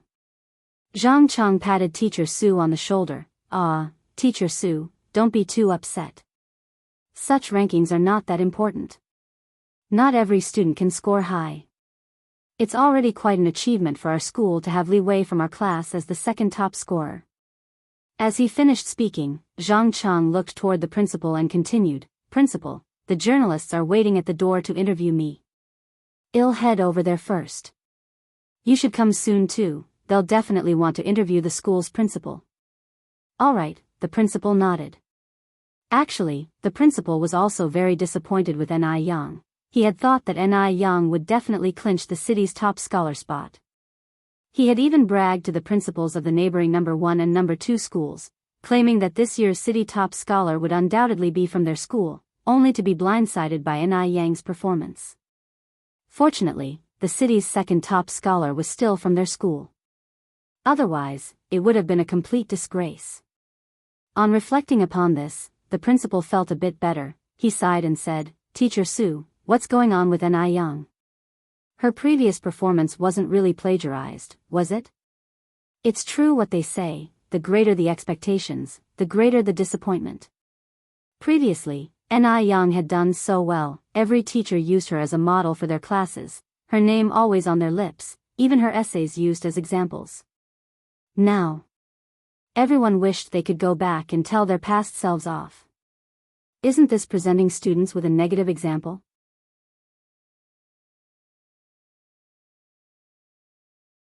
Chapter 924, Science Top Scholar. Crushing the Scum in Progress. _4. Teacher Su pushed up his glasses. "No, I believe our Ni Yang wouldn't plagiarize." As a teacher, Mr. Su had great faith in Ni Yang's character. He believed she wouldn't plagiarize. With Ni Yang's character, she wouldn't even dignify that by stooping to do such a thing. The principal sighed again, but the fact that Ni Yang didn't achieve the results is true. Just like teacher Zhang said, given Ni Yang's previous mock test scores, she should have at least secured the top position in the city. If not that, at least she should have been among the top 3, right? You know, her previous results were much better than those of Li Wei. Now that Ni Yang didn't achieve the scores, how could everyone trust her? Teacher Su pushed his glasses up again. They'll call the city admissions office and ask. Zhang Chang shook his head. Teacher Su, you should face reality. I think Ni Yang has been academically dishonest, that's why she resorted to these stealthy tactics. Teacher Su was very angry. But he couldn't refute without evidence, his rebuttals had no grounding.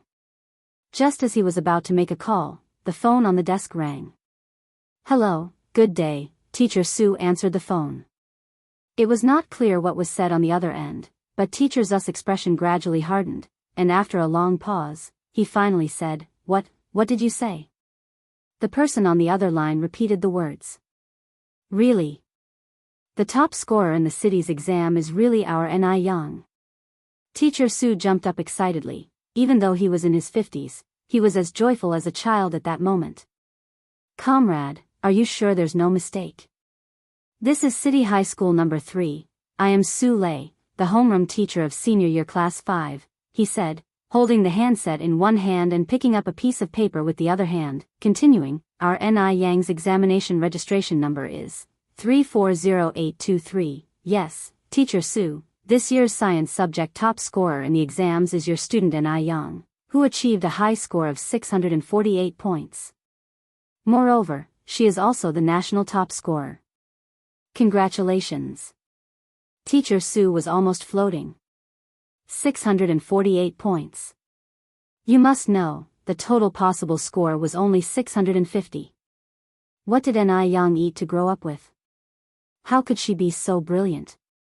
Thank you. Thank you, comrade. I'll treat you to a meal sometime, Teacher Su, overwhelmed with excitement, blurted out. Just as he was about to hang up the phone, he suddenly thought of something. Right, comrade, wasn't the top scorer usually notified in advance? Why was it so late this time? They had thought that Ni Yang's previous results were false, so she didn't do well in the exams. The person on the other end explained, because Ni Yang's results were so exceptional, our admissions office had to review them several times. Initially, when the admissions office learned of Ni Yang's results, they even suspected that there might have been errors during the marking of the papers. Thus, they conducted several detailed checks and after confirming there were no issues, they finally dared to call Teacher Su. Teacher Su nodded. Oh, I see. Comrade, you really worked hard. As soon as Teacher Su hung up the phone, the principal, who couldn't wait any longer, grabbed Teacher Zu's arm and asked, Teacher Su, was that a call from the city admissions office? Teacher Su nodded. The principal continued, Ni Yang won the top position in the city? Teacher Su nodded again. The top position in the city? It was really the top position in the city.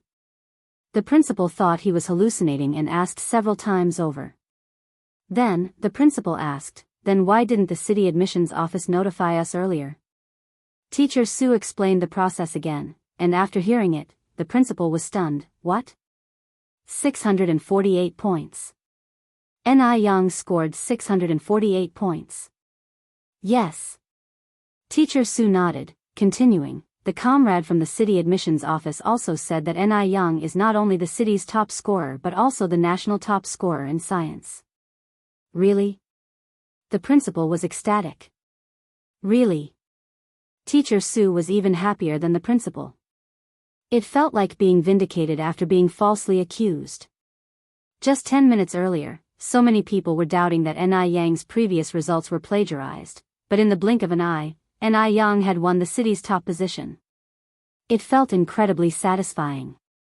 The principal continued, Teacher Su, I apologize. I wronged your student, Ni Yang. She is truly amazing. Teacher Su pushed up his glasses. It's not much for me, but Ni Yang might feel a bit wronged. Just a moment ago, when I passed by the classroom, I saw many people accusing her of plagiarism.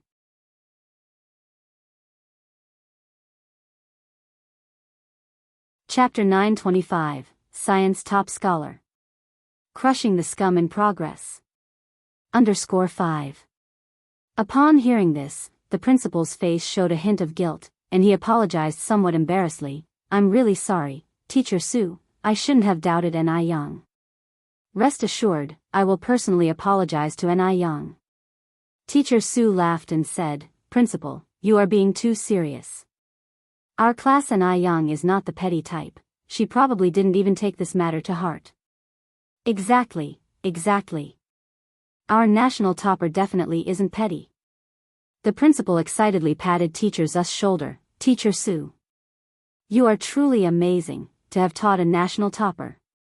Just then, when Teacher Zhao from Class 2 of senior year entered, he overheard this remark. National topper? He asked somewhat confused, has Beijing produced a national topper? From which school? The principal excitedly said, it's N.I. Young from Teacher Zu's class. Truly, Teacher Sue deserves great credit for teaching such a talent. National topper? Not to mention Third City Middle School, even Beijing hadn't produced a national topper in a long time. Is there some mistake?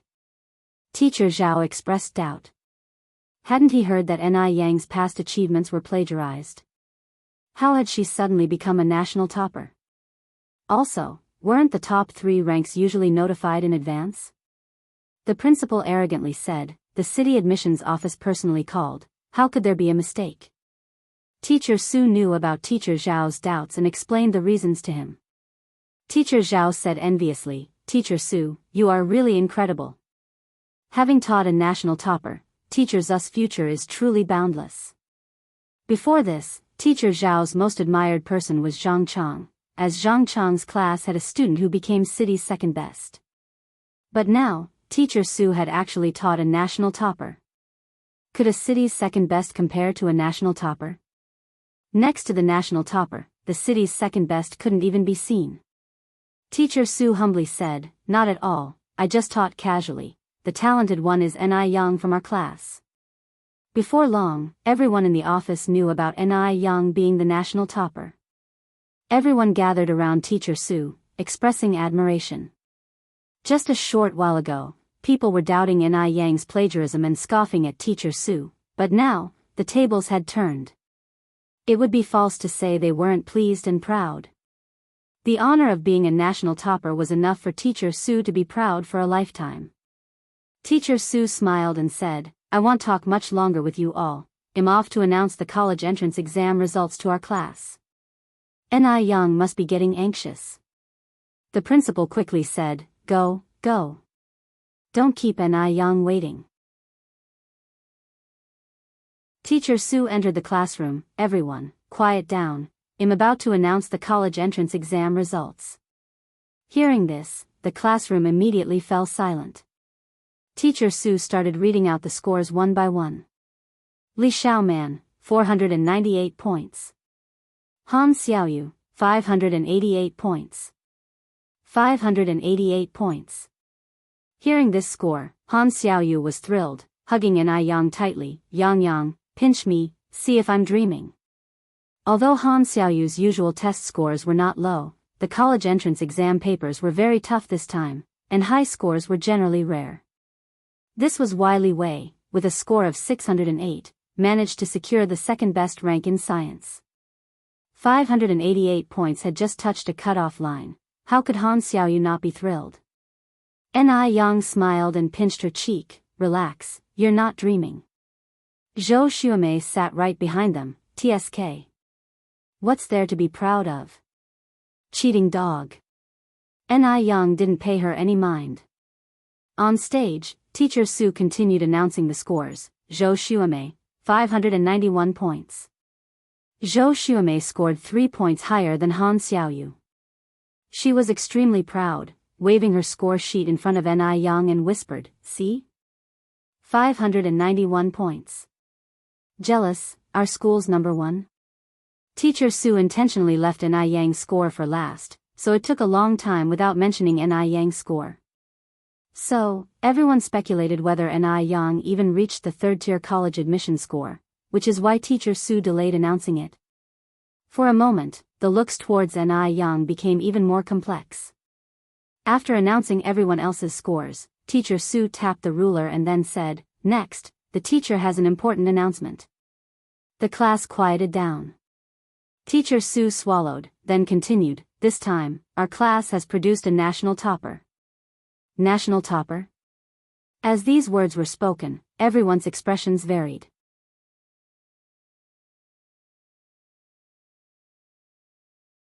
Chapter 926, Science Top Scholar. Crushing the Scum in Progress. _6. All the scores were reported, and their class didn't have a single person who scored over 600. Who could the national top scorer be? Could Teacher Su be dreaming? It was at this moment, Han Xiaoyu suddenly realized that there was still one person whose score hadn't been announced. She turned her head to look at Ni Yang. Could it be you are the national top scorer? Because the classroom was particularly quiet, Han Xiaoyu's voice seemed especially loud. Upon hearing this, Zhou Xuemei burst out laughing. "Han Xiaoyu, are you dreaming? She could be the first in the nation. Everyone knows that high scorers get notified early. There's no way the runner-up from the class next door has appeared, and the top scorer of the city hasn't. Logically, the top scorer of the National College entrance examination should be notified even earlier." Following Zhou Xuemei's laughter, other students in the class also laughed along. "Teacher Su, stop joking around with us. Who in our class could possibly be the national top scorer?" Teacher Su pushed his glasses up and said with a smile, "I am not joking with you guys. The person who is the national top scorer is Ni Yang." As he spoke, Teacher Su personally brought the score report to Ni Yang. "Ni Yang, congratulations. You achieved an outstanding score of 648. Not only are you the science top scorer of our city, but also the national science top scorer." Ni Yang was still a bit stunned at this moment. She knew her scores weren't too bad, but she had never imagined that she would accidentally become the number one in science. "Thank you, Teacher Su." Ni Yang stood up and reached out with both hands to receive the score report. The classroom, which was somewhat noisy, suddenly quieted down. 648 points. 648 points. What did 648 points represent? It meant that Ni Yang must have scored full marks in at least 5 subjects. That was terrifying. The students who had mocked Ni Yang were now frozen, faces full of complex expressions. Especially Zhou Xuemei, whose face had all the colors of the rainbow, looking extremely amusing. Just now, she had been so proud of her 591 points, not expecting that Ni Yang would become the city's top scorer in an instant. Moreover, she had just viciously mocked Ni Yang. Now her face was in unprecedented pain. And it was especially hard for her to digest. Why did Ni Yang get to be first? Did she cheat? But there was absolutely no chance of cheating in the college entrance examination. Zhou Xuemei was suffering so much. Her heart twisted with envy. Teacher Su brought over an exaggeratedly big red flower and wanted Ni Yang to wear it. However, Ni Yang kindly refused. Being humble at the right time was still necessary. Teacher Su didn't insist on Ni Yang wearing it. Not wearing the big red flower couldn't take away the fact that she was the national top scorer. After announcing the scores, Teacher Su led everyone out to take the graduation photo. "Yang, you have to treat me to a meal. You definitely have to." Han Xiaoyu was even happier than if she had become the national top scorer herself. She just knew Ni Yang hadn't cheated. It was all about winning that pride. "Of course, that's a given. Tell me, where do you want to eat?" Han Xiaoyu said with a smile, "I can pick anywhere." "Of course." Ni Yang nodded. Han Xiaoyu said, "Then, can I pick National Beauty for a big meal?" Ni Yang nodded, "No problem at all." Seeing Ni Yang agree so earnestly, Han Xiaoyu laughed, "Ah. I'm just joking with you. I've heard that national beauty is not only super expensive, but it also requires a membership card. Otherwise, you have to wait in line. It's not a place that just anyone can go into so easily. You treating me to a bowl of noodles would be great. Han Xiaoyu was just teasing Ni Yang, never intending to really go to Gustianxiang for a meal. Ni Yang smiled and said, I was just joking with you too. She planned to give Han Xiaoyu a surprise quietly. When they went out to take their graduation photos, a bunch of journalists were interviewing the salutatorian, his family, as well as Zhang Cheng at the campus gate. Li Wei saw Ni Yang and her classmates walking from that direction, his face full of a sense of superiority. Ni Yang must be envious of him now. After all, he was the salutatorian. But some things, even if envied, could not be obtained.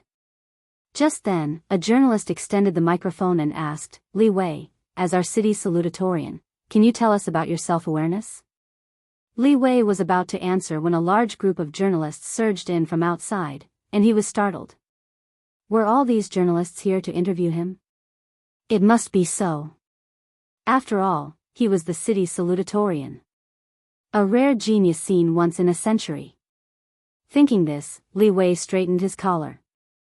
He wanted to be on television in his best spiritual state. Because then, everyone in the country, including Ni Yang, would see him. Just as Li Wei was about to answer the journalist's question, the journalist's pager suddenly rang. The journalist glanced at the pager and his excited expression changed. Oh my God! The national top scholar. It's been years since Beijing produced a national top scholar. Everyone wanted to interview this national top scholar first. The journalist quickly pulled the microphone away from Li Wei and ran with the others towards the campus. Li Wei was dumbfounded. Weren't these people here to interview him? The national top scholar? Did someone from City No. 3 High School become the national top scholar? Li Wei suddenly felt his brain wasn't quite keeping up. Did their school really produce a national top scholar? That shouldn't be right. If there really was a national top scholar, one would expect the news to have been posted earlier, not waited until now. Qian Jinfeng very dissatisfiedly said, What are these journalists doing? Have they gone mad? Xiao Wei, don't pay any attention to them later when they come begging to interview you. Zhang Cheng also felt quite baffled, because he was so eager to come out for the interview. Zhang Cheng completely missed the news about Ni Yang being the national top scholar. At that moment, a breathless journalist stopped in front of Li Wei and took out a microphone. Hello, student, are you Li Wei, the salutatorian of the science division in Beijing this year? Subsequently, many other journalists also took out their microphones. Seeing this, Li Wei breathed a sigh of relief. It seemed there were still people who wanted to interview him. Those journalists must have made a mistake. They would come back soon. Li Wei straightened his back and continued, Yes. I am Li Wei. Qian Jinfeng hurried over and said, I am Li Wei's mother, Qian Jinfeng. The salutatorian is my son. It was her first time on television, and Qian Jinfeng was particularly excited, even wearing light makeup and a skirt she usually didn't wear. She couldn't wait to announce to the whole world that she had a son who had become the salutatorian. Li Dongliang, of course, wouldn't miss this good opportunity to be on TV. I am the father of the salutatorian, Li Dongliang. Zhang Cheng cleared his throat. I am the homeroom teacher of student Li Wei. The journalist continued, Li Wei, do you know the national top scholar Ni Yang? Are you in the same class as her? What's her usual attitude towards studying like? How much do you know about her?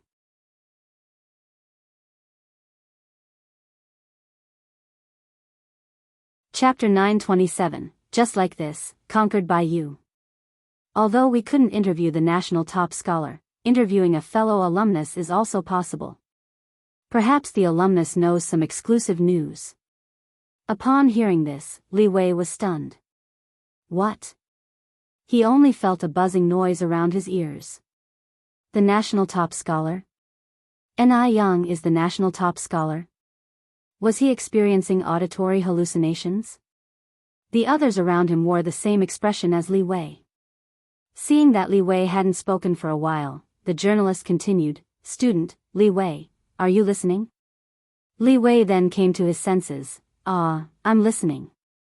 The journalist repeated the previous question. Li Wei didn't answer the journalist's question but instead asked, Ni Yang, scored the national top scholar? This was simply too unbelievable. How could Ni Yang possibly score the national top scholar? What in the world was going on? Just a second ago, Li Wei was basking in the joy of having secured the second highest city rank, but the next second, he felt like he had fallen into an ice cellar. A chill spread throughout his body. Zhang Cheng beside him was completely flustered. How could Ni Yang have achieved the national top scholar? If she had scored the national top scholar, why hadn't there been any indication beforehand?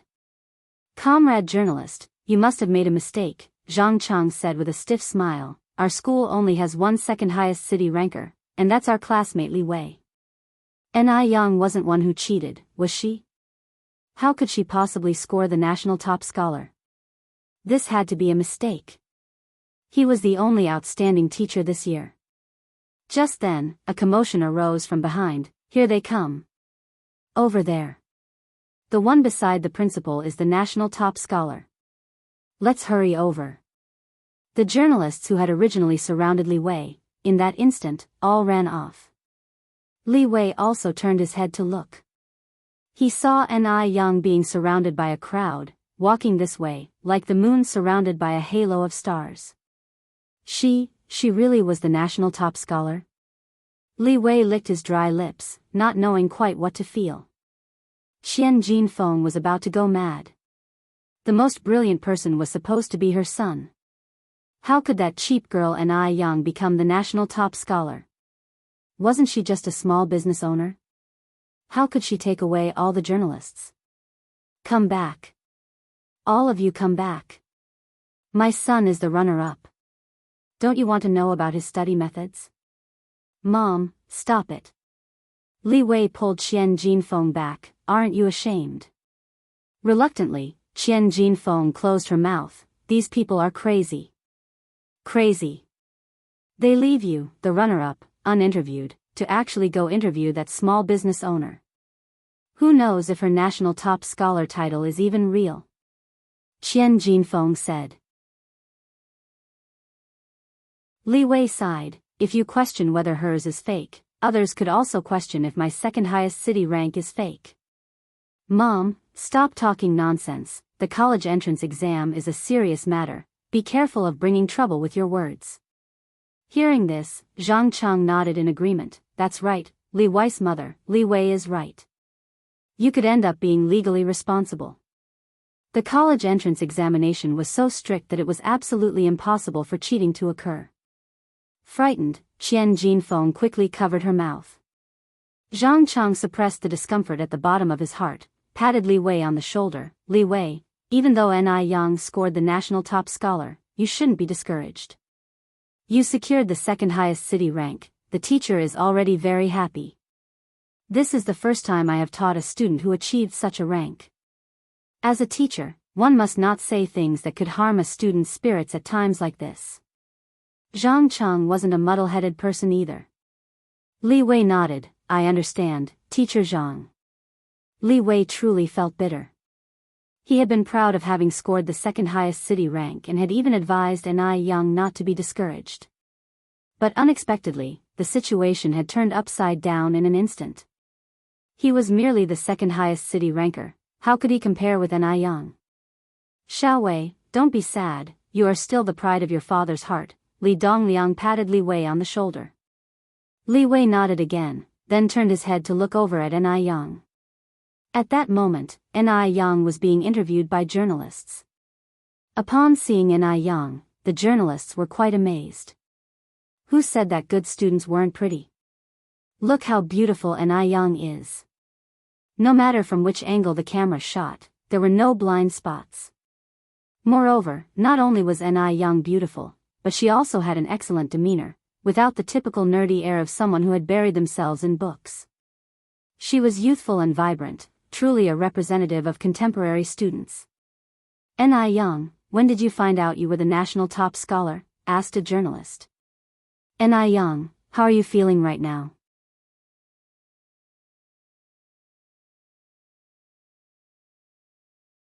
Chapter 928, Just Like This, Conquered by You. _2. Can you share your regular study methods with the viewers in front of the television? N.I. Young, confronted with the many questions from the journalists, wasn't at all stage frightened. She adjusted the microphone and leaned forward slightly. I just found out about this news myself. As for how I feel, it would be false to say I'm not happy, since one of the 3 great joys in life is to see one's name on the golden list. If someone said they were not thrilled and were calm at such a time, it would be far too fake. After all, even N.I. Young hadn't expected that she would become the national valedictorian in science. Though she was happy, she was not impulsive. She was like an orchid blooming in a quiet valley, serene and delightful. Then can you share your regular study methods with us? The journalist asked again. N.I. Young replied lightly, actually, achieving good results is inseparable from the guidance of my teachers. I am very grateful to all my teachers for their painstaking instruction. Teachers, you have worked hard. At the end of her statement, N.I. Young offered a slight bow. What is this called? This is called remembering the source of the water when drinking it. You cannot let success make you arrogant and forget the hard work of your teachers. In her past and present lives, N.I. Young had always been a businessperson. She knew how to build good relationships and that one must be adept in handling various situations. Hearing this, Teacher Sue and the teachers of other subjects were overjoyed. N.I. Young was just too sensible. What does it mean to have a proud student? This is what it means to have a proud student. The journalists immediately passed the microphone to the teachers, letting them share their educational insights with everyone.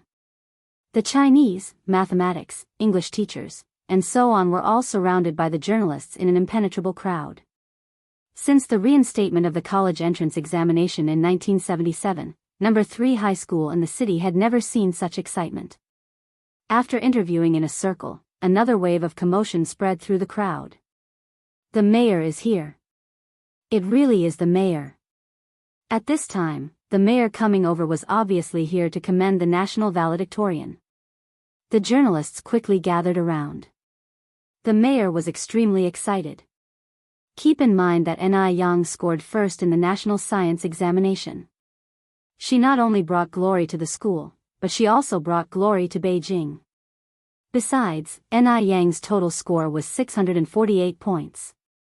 There was a 20-point gap between her and the second place. Yet between the second and the third place, there was only a 2-point gap, and only a 1-point gap between the third and the fourth place. The gaps between the fourth, fifth, and subsequent places were at most 3 points. But N.I. Young had outpaced them all by a long shot. It goes without saying how formidable N.I. Young's ability really was.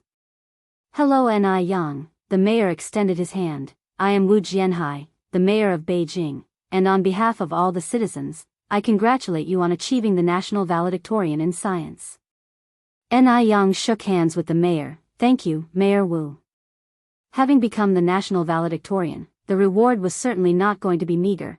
The mayor then presented N.I. Young with a cash reward of 5,000 yuan. Naturally, to be fair and just, as this year's city salutatorian, Li Wei also received a reward of 500 yuan. The country values education highly. These individuals are the future pillars of the nation. Clutching the 500 yuan in his hand, Li Wei couldn't quite pinpoint his feelings. In the 80s, 500 yuan was a lot. A regular family could not earn 500 yuan in a year. If it had been an hour earlier, Li Wei would certainly have been overjoyed.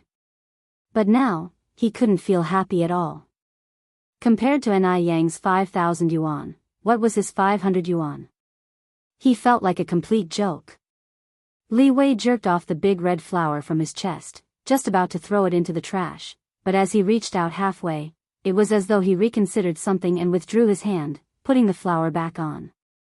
Today was his high school graduation day, and if this act was spotted by others, it might invite criticism. He couldn't be like this. Although he did not score as well as Ni Young, he was still the salutatorian, and he could not lose his dignity. After composing himself, Li Wei approached Ni Young. Ni Young, congratulations to you. Thank you, Ni Young smiled faintly. As Li Wei was about to say more, he was abruptly pulled away by Qian Jinfeng. So the national valedictorian is a big deal, huh? The wheel turns, what's on top today may be on the bottom tomorrow. It's still unknown what the future holds. Xiao Wei, let's not bother with her. Li Wei, feeling very uncomfortable at the moment, had no desire to argue with Qian Jinfeng, offered Ni Young an apologetic smile, and left with Qian Jinfeng. After the journalists conducted their interviews, Class 5 began to arrange for the graduation photo.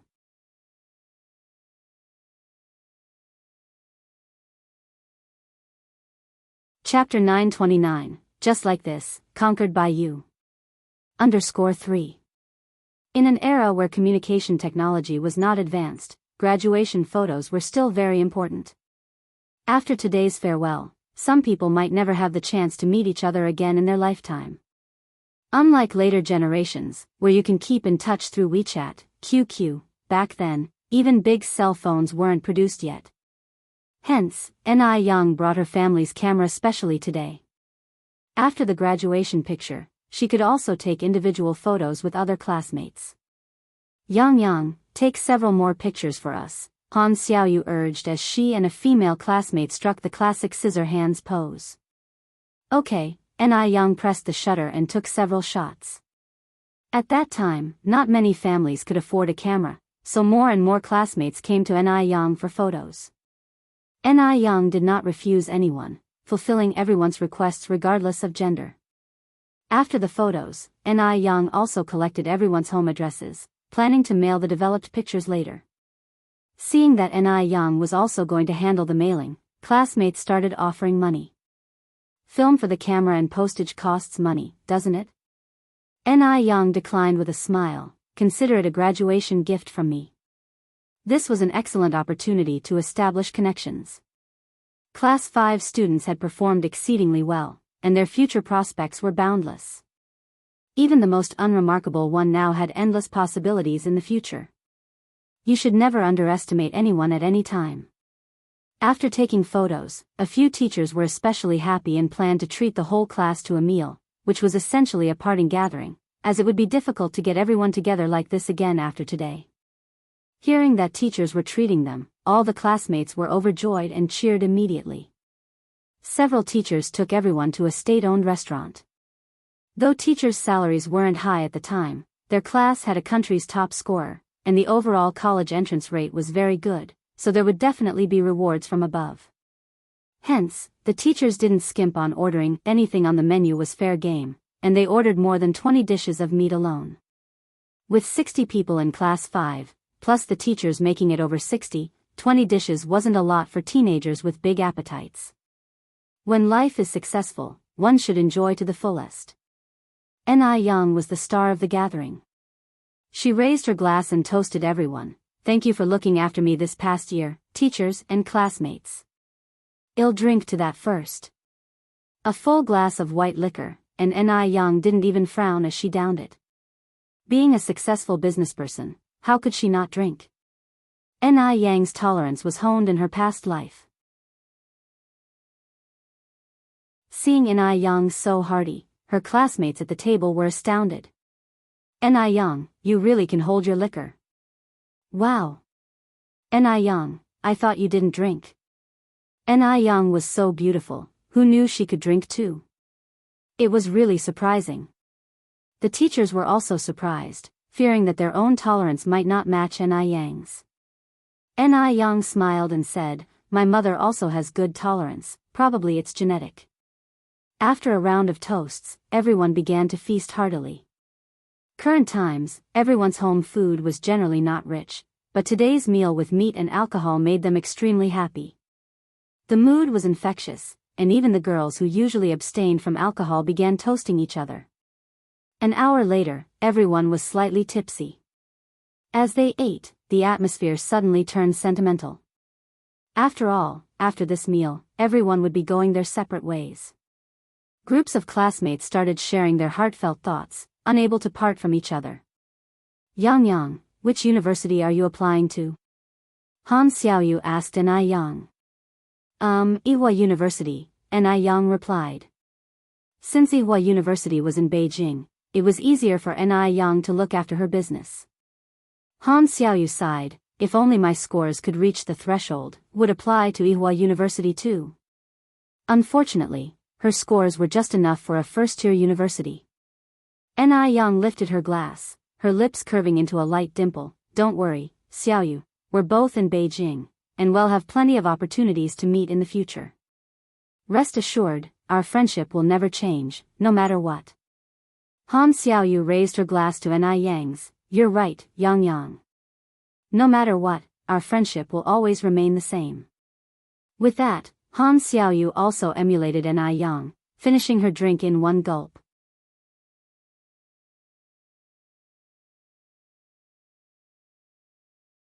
Chapter 930, Just Like This, I Am Conquered by You. _4. The cheap liquor burned as it went down, inexplicably choking. Han Xiaoyu's eyes reddened from the choking, and she hugged Ni Yang tightly. Yang Yang, I've decided, I'm going to Normal University in Beijing and become a teacher. I'll teach a batch after batch of national top scholars. Good, Ni Yang nodded. Dinner lasted more than 2 hours before finally breaking up. On the way back, Teacher Su found Ni Yang alone. Ni Yang, are you going to apply for Ihua University? Ni Yang nodded, yes. Teacher Su continued, Principal said that with your grades, going to Harvard would be no problem at all. Haven't you considered Harvard? Ni Yang not only had no problems getting into Harvard, but Harvard would also waive all tuition and fees, provide free room and board, and once Ni Yang filled out the application for Harvard, her household registration would also be transferred to M country along with her student status, making her an official citizen of M country. This was something many people yearned for but couldn't achieve, and yet Ni Yang was actually considering Ihua University. Ihua University was very good, too, but Harvard was, after all, world-ranked, and the difference between these two prestigious universities was significant. Ni Yang smiled and said, Ihua is quite good, besides, my parents are both in Beijing, and I don't want to go too far away. Teacher Su nodded his head. Actually, thinking from another angle, Ni Yang's choice of Ihua University wasn't bad either, as she would be able to contribute to the country after graduation. If she went abroad, with her talents, America would surely do everything possible to keep her. In that case, the country would lose a talent. When Ni Yang got home, the family hadn't started dinner yet. Everyone was waiting for Ni Yang to come back and dine together.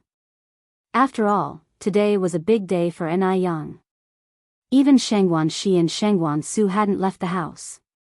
Seeing that Ni Yang came back so late, everyone thought that Ni Yang might not have performed very well, and they didn't dare to ask directly about her scores for fear of discouraging her. Grandpa Zheng smiled and said, Yang Yang's back, come and eat. Ni Yang said in surprise, Grandpa, you haven't eaten yet? I'm so sorry, it's all my fault. I got carried away and forgot you were all waiting for me at home. Please, go ahead and eat. Ni Yang truly hadn't expected everyone to be waiting at home for her to have dinner together. If she'd known this, she would have called ahead no matter what. Excited? Grandpa Zhang was taken aback. Could it be that Ni Yang had done well? Otherwise, why forget to call home being so excited? Yang Yang, how did you do? Grandpa Zheng asked. Ni Yang smiled mysteriously, Grandpa, have you got that cart of firecrackers ready? A cart of firecrackers. Upon hearing this, Grandpa Zheng couldn't believe his ears. Yang Yang, did you get into first-year university? Ni Yang shook her head, no. The smile stayed on Grandpa Zheng's face. It's okay if it's not first year, even getting into second-tier university is enough for me to buy a cart of firecrackers. Ni Yang smiled and said, Grandpa, I didn't get into a second-tier university either. Then what did you get into? Grandpa Zheng asked in confusion, third tier? Grandma Zheng interrupted Grandpa Zheng, you old fool, is it not a university if it's not one of those tiers? As far as I'm concerned, as long as she gets into any university, that's fine. What's all this about second tier and third tier? Yang, don't listen to your grandpa. Grandma Zhang was a very cultured person and rarely used foul language. Today, she had been irritated by Grandpa Zhang. She was afraid Grandpa Zhang might hurt Ni Yang's self-esteem. Ni Yang looked up at the people by the table. Grandma, Grandpa, Grandma, parents, big brother, sister Xiaoxi, I scored 648 points in total and am this year's science top scholar. As soon as these words came out, the room went silent instantly. Science top scholar? Ni Yang actually became the science top scholar. Was this an illusion? What? Grandpa Zhang grabbed Ni Yang's hand. Yang, what did you say? Grandpa, you heard right, I'm this year's science top scholar, Ni Yang said. Grandpa Zhang's voice trembled. Top scholar? Yes, Ni Yang nodded. Goodness. Science top scholar. Yang, you're not joking with us, are you?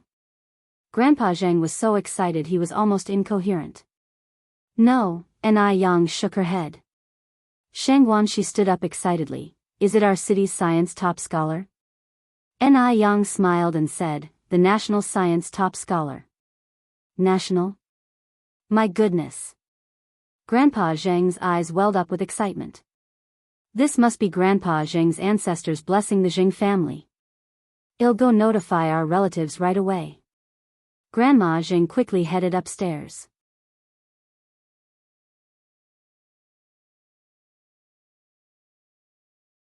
Chapter 931, Just like this, I am conquered by you.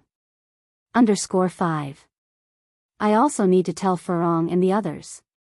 Old Lady Shangguan also stood up. The two elders couldn't wait to announce it to the world. Shangguan Su stood up and said, Yang, congratulations. When you become successful, you can't forget your big brother. Ni Yang smiled and said, don't worry, I definitely won't. Ni Tsuhua looked at Ni Yang, feeling a flood of emotions, her eyes slightly reddened. Shangguan Dehui knew Ni Yang was smart. From the start, he knew Ni Yang wouldn't perform poorly, but he never expected that Ni Yang would actually top the national science exam. This kid had completely exceeded his expectations. Shangguan Dehui smiled and said, Yang, with your scores, getting into Harvard is no problem at all. It seems this year Beijing University, Ihua University, and Harvard will have a tough competition over you. There are many top scorers, but national top scorers are only 2 each year. All the major universities are vying for them. The lengths they go to snatch the top scorers each year are simply endless. Ni Yang said, I don't want to go abroad. I want to attend Ihua University. Ihua University? Shangguan Dehui was surprised since he was a professor at Ihua University. Ni Yang nodded. Ihua University is a century-old institution with strong faculty and a key university. Moreover, it's close to home, so I want to go to Ihua University. In Ni Yang's opinion, Ihua University was not inferior to Harvard. In his past life, some students from Harvard didn't even match up to those from Ihua.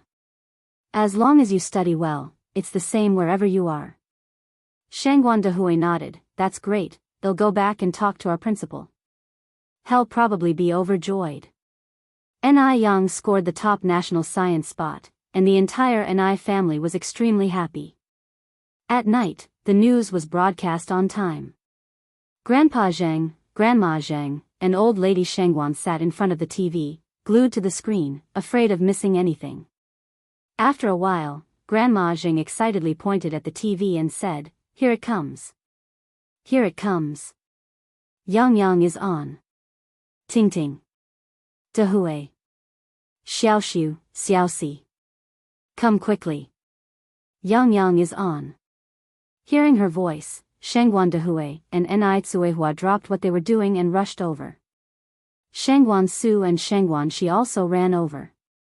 The calmest person in the family was Ni Yang. Having been a frequent guest on TV in his past life, he was quite used to it. Old lady Shangguan picked up the phone and dialed Shangguan Furong. Furong, you better turn on the TV right now, Yang Yang is already on. Shangwan, she rested her chin on her palms and watched Yang on TV. Yang, is that male classmate over there from your class? Yang turned his head, seems like he's from the next class. Although he didn't spend much time in class, he still recognized his classmates. Shangwan, she poked Yang's arm. I noticed he keeps sneaking glances at you. Does he have a crush on you? Yang crossed his arms and said narcissistically, very likely. After all, the people who like me could circle the earth 3 or 4 times holding hands. Yang, you're really narcissistic. Grandma Zhang and old lady Shangwan were also amused by Yang, this kid. Grandpa Zhang said seriously, Yang, don't forget you already have a boyfriend now. You can't behave recklessly behind old success back, that's wrong. Yang, smiling, said, Grandpa, don't worry, I was just joking. Aren't you too unlovely? De Mingxian. Du Jiaojiao was watching the news in the living room, just in time to catch the broadcast about this year's national science topper. Du Jiaojiao was about to remark, this science topper is really good looking. Looking closely, wasn't that Yang? Damn. Yang actually became the national top scorer in science. Du Jiaojiao hurriedly called out to Du Yi, third brother. Third brother.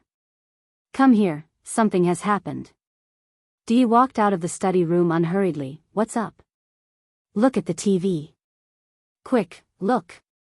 Du Jiaojiao pointed at the TV. Du Yi, still calm and composed, appearing as if he had expected it all along, countered, what's so strange about that? Du Jiaojiao took a sip of water and then said, last time I heard Yang say he doesn't go to school much, I thought his grades were poor. But it turns out, that looks can be deceiving. Du Yi glanced at her, looks can be deceiving? Isn't that a pejorative phrase? Du Jiaojiao added, what I mean is, I didn't expect Yang to be so good-looking and yet also perform so well academically. Aren't people with good grades usually nerds? Like Du Lei.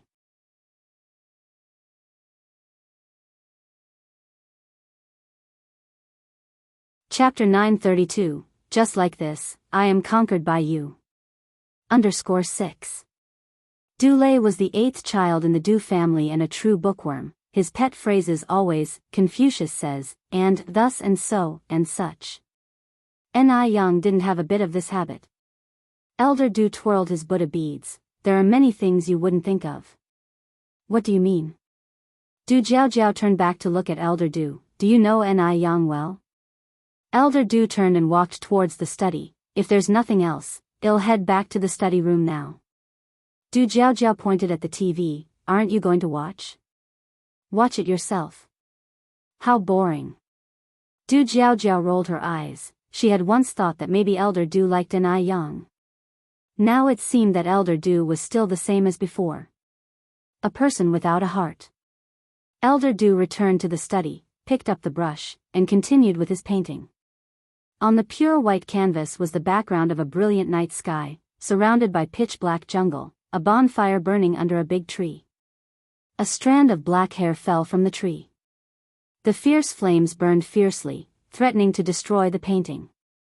After a few more strokes, Elder Du put down the brush, rolled up the canvas, placed it in the cabinet, and picked up a Buddhist scripture to read softly. Buddhist scriptures had a calming effect. Soon after, Du Jiaojiao entered from outside, disdainfully saying, chanting scriptures, you're chanting again. She followed up by saying, the moon is very round tonight, let's go have a drink. Elder Du glanced over lightly, not awake yet? Du Jiaojiao waved her hand, fine, I know you don't drink alcohol. Forget I asked. Jinghua Village. Ever since Elder Lu got a TV, almost every evening at dinner time, everyone would bring their bowls and leech off Elder Liu's TV. Tonight was no exception. When everyone saw Yang on the TV, they were stunned. My goodness. Isn't that Yang? Yes. It's Yang. Look at the introduction below, Beijing City and Jinghua Village jurisdiction. Yang is so amazing. I always knew Yang Yang's mom was lucky. The happiest person was the village chief. A national top scholar came from their village. How could the village chief not be happy?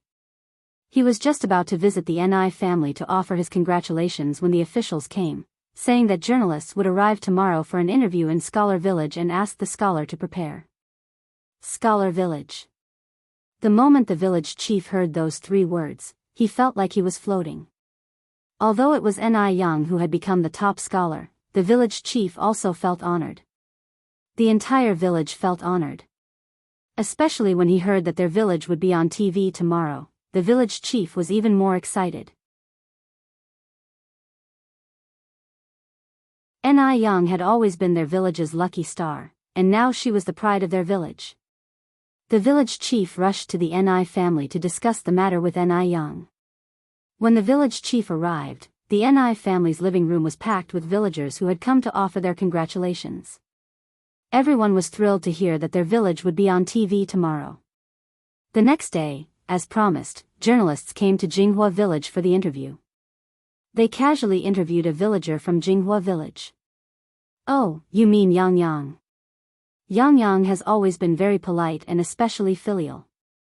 If my boy were even half as outstanding as Yang Yang, I could die with my eyes closed. Are you here to see Sister Ni Yang? We are all Sister Ni Yang's protectors. Yes, we all especially love Sister Ni Yang. Yang Yang is a good child. Across Jinghua village, regardless of gender or age, whenever Ni Yang was mentioned, everyone's face would light up with a genuine smile from the heart. This alone made it clear that Ni Yang was truly outstanding. This was what it truly meant to be excellent in character and learning. In no time, Ni Yang had become the proverbial child of someone else that all the parents talked about. She also became a role model for the contemporary youth to follow. In the blink of an eye, another 5 days had passed. Ni Yang hadn't visited the mall to check the accounts for 5 days, and taking advantage of the nice weather today, she cycled to the city. The top scholar of the entire country had quite the influence, and several employees recognized her when she went to check the accounts at the department store. Although Lu Ru had just arrived in Beijing, she had made quite a few good friends there, and upon their recommendations, she had become a fan of the department store's products. Because the products from the department store were just too good to use. As she was queuing, she suddenly spotted a familiar figure. That despicable girl. Light flashed in Lu Ru's eyes as she tugged at her companion's sleeve. "Yaya, wait here for me, I've got something to take care of real quick." "Okay," Leah nodded. Lu Ru ran out to the mall entrance in one breath and found a public phone booth to make a call. "Hello. Brother. Hurry to the Jinghua department store, I've spotted that despicable girl from that day." Lu Qi said, "Xiaoru, you mustn't be impolite like last time, nor are you allowed to call her a despicable girl again. I'll be right there." Lu Qi was quick to act. He hung up the phone and drove over. Lu Ru pointed and said, "Bro, look, that's her over there." "The most beautiful one?" Lu Qi squinted his eyes. Lu Ru reluctantly nodded. Lu Qi touched his chin and said, "She doesn't seem as rude as you described." From Lu Ru's descriptions, Lu Qi had almost believed the other person to be an unruly woman. He hadn't expected her to be so attractive in person. Taiwan Island was known for its beautiful women, but none of them could hold a candle to the girl in front of him. Lu Ru rolled her eyes at Lu Qi. "Don't be fooled by her nice appearance, she's actually got a terrible temper. Extremely impolite. No home training. You'll see in a minute." Lu Qi continued, "Just don't be too impulsive later, they'll have a proper talk with her." The siblings waited on the side for quite a while, until Ni Yang finally came out of the department store. Lu Qi jogged to catch up with Ni Yang. "Comrade, please wait a moment." Ni Yang glanced back slightly. "Do you need something?" Lu Qi pulled over Lu Ru and continued, "Comrade, this is my sister Lu Ru, and I'm her brother Lu Qi, Qi as in the Qi used in a poet's writing and chess. I would like to apologize for my sister's behavior last time. I'm really sorry, comrade." Lu Ru was stunned on the side. Her brother was actually making her apologize to this despicable girl. Weren't they supposed to talk it out? Why apologize? It wasn't her fault. Yang sized up the siblings and had a pretty deep impression of Lu Ru. A haughty young lady like her was indeed a rare sight in Beijing nowadays. I've received your apology, was there something else? Lu Qi choked up a little, not expecting Yang to respond that way. As the saying goes, 100 years of repair to share the same boat. Our meeting amongst the sea of people is also a kind of fate. Comrade, do you have some time? Perhaps the three of us could find a spot to grab a bite and have a chat.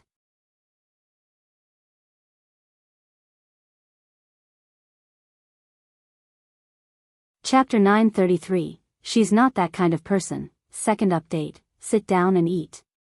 Yang frowned inconspicuously except when she couldn't avoid social niceties. She didn't have a fondness for dining and chatting with strangers. If you have something to say, just say it, Yang said lightly, pointing to the rest chairs in the mall. We can go sit there. Yang had an intuition that this brother and sister were here for the bracelet. Oh, all right, Lu Qi said as he took Lu Ru's hand and walked over. These days, the mall's rest chairs were very simple. Lu Ru sat on the chair reluctantly. If looks could kill, Lu Qi would have died hundreds of times by now. Usually, her brother was quite reliable, but she hadn't expected him to turn into this upon meeting a pretty girl. Just say what you have to say, Yang broke the silence, being the first to speak up. Lu Qi pondered for a moment before saying, well, comrade, may I boldly ask where you bought the bracelet on your hand? Is there a problem with my bracelet? Yang's brows and eyes were clear and bright. Lu Qi cleared his throat and continued, it's like this. There's a long-lost elder in our family whose bracelet is identical to yours. So, we are wondering if the person who sold you the bracelet could be our elder. Yang followed. Are you that sure that the bracelet is your family elder's? Look at this, Lu Qi said. As he spoke, Lu Qi took out an old photo, which didn't capture a person, but a jade bracelet. Although it was a black and white photo, the details were captured very clearly. Anyone who knew their stuff would recognize at first glance that the two bracelets were one and the same. Yang took the photo and scrutinized it carefully. After a moment, she handed the photo back to Lu Qi. Lu Qi took back the photo. Comrade, what do you think? Can you believe what I said now? This bracelet truly belongs to my family elder, and frankly, it's also our family heirloom. Comrade, can you tell me where the person who sold you the bracelet is now? Could it be that Lu Qi and Lu Ru were Grandma Liu's descendants? But they didn't look anything like Grandma Lu. Yang's expression remained cool. What relation is that elder to you? Lu Qi said, she's my aunt. Aunt. Normally a term of respect for one's father's brother's wife. Could it be that they were all Grandma Liu's nephews and nieces? Grandma Lu was currently all alone. If she could find family, that would be nice. Yang continued, I can't just take your word for it, I need to go back and verify. I think you just don't want to return that bracelet. Lu Ru interrupted, do you realize that bracelet is our family heirloom? What you're doing is theft. It was just too shameless, they had made it so clear, yet she still didn't want to return the bracelet. Lu Qi frowned, Xiaoru. Don't be so impolite. Comrade, I'm sorry, my sister is just like this. Lu Ru could be angered to death by Lu Qi. If she had known it would turn out like this, she wouldn't have called him over. Good for nothing whose loyalties lie elsewhere. That bracelet is originally our family heirloom. Yang wasn't upset and looked up at Lu Ru. Why don't you just claim the entire mall is your family heirloom then? Legally, what you're doing is called slander. Lu Ru was left speechless. Too outrageous. This shameless girl was really just too much. Seeing Lu Ru's mood worsening, Lu Qi quickly pushed her behind him and smiled apologetically to Yang. Don't be angry with her, comrade. My sister, she just didn't grow a brain, you shouldn't stoop to her level.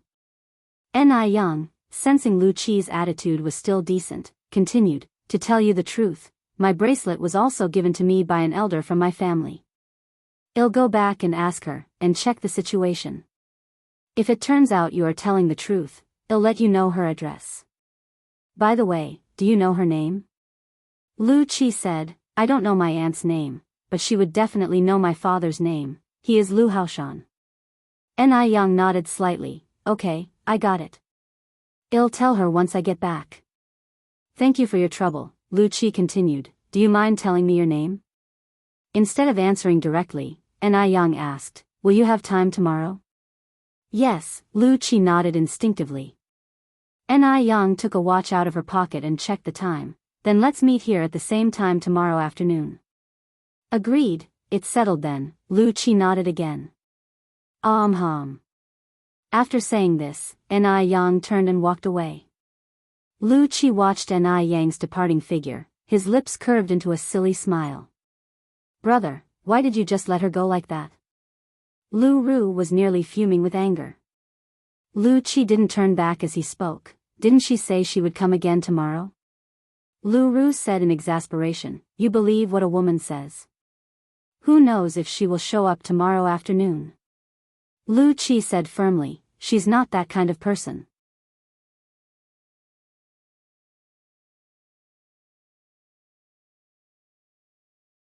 Chapter 934, Great Beauty. Siblings. Some people, just by looking at their faces, you can tell their character. Lu Chi believed that Ni Yang was not one of those people. Lu Ru snorted coldly, you speak as if you know her so well. I am going back to tell our parents, let them break your legs. Ni Yang didn't linger in the mall. After meeting siblings Lu Chi and Lu Ru, she went to visit Grandma Lu. Grandma Lu was holding Depang in her arms, watching Huang Mei opera. The opera, Meng Jiangnis bitter weeping at the Great Wall, brought tears to Grandma Liu's eyes. Grandma Lu. Ni Yang gently tapped on the wooden door. It's you, Yang Yang. Grandma Lu turned around, wiping her tears. Depang meowed, leaping from Grandma Liu's lap onto Ni Yang. Come, have a seat. Grandma Lu patted the small bamboo chair beside her. Ni Yang walked over and sat down. After some small talk, Ni Yang brought up the important matter. Grandma Lu, do you know Lu Haoshan? Lu Haoshan? Grandma Lu frowned, I don't know him. Could you think about it a bit more? Ni Yang continued. Grandma Lu shook her head, I still don't recognize that name, Yang Yang. Why are you asking about this Lu Haoshan all of a sudden? Then, Ni Yang mentioned the matter concerning siblings Lu Chi and Lu Ru. Their heirloom? Grandma Lu said angrily, what kind of people are these siblings? When did my bracelet become their heirloom? Yang Yang, don't pay attention to them. This bracelet has always been mine, nobody else's heirloom. Ni Yang continued, Grandma Lu, could it be possible that they are your long-lost relatives? Their father is called Lu Haoshan. Are you sure you don't know Lu Haoshan? Grandma Lu firmly shook her head, I may be old, but am not senile. I'm certain I do not know Lu Haoshan. I suspect they just want to swindle your bracelet, Yang Yang, don't let them deceive you. Aside from her parents, Grandma Lu had 3 older brothers, 1 younger brother, 8 sisters-in-law, and about a dozen nieces and nephews, all lost during the war. Some died, some disappeared. That year of the war, Grandma Lu had been newly married when the sudden conflict took her husband's life. Whenever she recalled these memories, it became hard for Grandma Lu to breathe. Grandma Lu wiped her eyes, continuing, now, I'm just a lonely old widow. I don't have any relatives left, Ni Yang took out a handkerchief to wipe Grandma Liu's eyes. Grandma Lu, don't be sad. Aren't you still have me? Yes. Grandma Lu nodded. She felt fortunate to have met Ni Yang in her twilight years. Had it not been for Ni Yang, she might have been gone from this world long ago. In old age, even a common cold or fever could be life-threatening. Once, Grandma Lu had lain in bed for 3 days with a fever. If Ni Yang hadn't come to see her, the grass over her grave would be several meters high by now. That's why Grandma Lu had given Ni Yang her most precious possession. She truly regarded Ni Yang as her own granddaughter. Worried that Grandma Lu might miss out on meeting her relatives, Ni Yang suggested, Grandma Lu, how about I arrange a meeting for you? Better to recognize mistakenly than to miss out on a possible miracle. I don't want to meet, Grandma Lu waved her hand. Decades have passed. If a miracle were to happen, it would have happened by now, not dragged out till today. Since Grandma Lu was unwilling to meet, N.I. Young didn't say much more. The next day, N.I. Young took a set of limited edition skincare products and punctually met at the mall as agreed. When N.I. Young arrived, she found not only the siblings, Lu Qi and Lu Ru, but also an elderly man with white hair and a middle-aged woman. Seeing this middle-aged woman, N.I. Young was stunned. How come she felt this person looked so much like Dr. Jiang? The features were at least 70 or 80% similar, only much younger than Dr. Jiang. Just then, N.I. Young suddenly remembered, the siblings Lu Qi and Lu Ru had come from Taiwan Island. Could this person be the one Xiao Zhou was talking about? Was she the one investigating Dr. Jiang? What was her relationship with Dr. Jiang? Was she Dr. Jiang's illegitimate daughter? What hidden stories lay beneath all this? N.I. Young subtly furrowed her brow. You're here, comrade. Lu Qi, seeing N.I. Young, greatly relieved, he knew N.I. Young was not the type to break promises. N.I. Young nodded.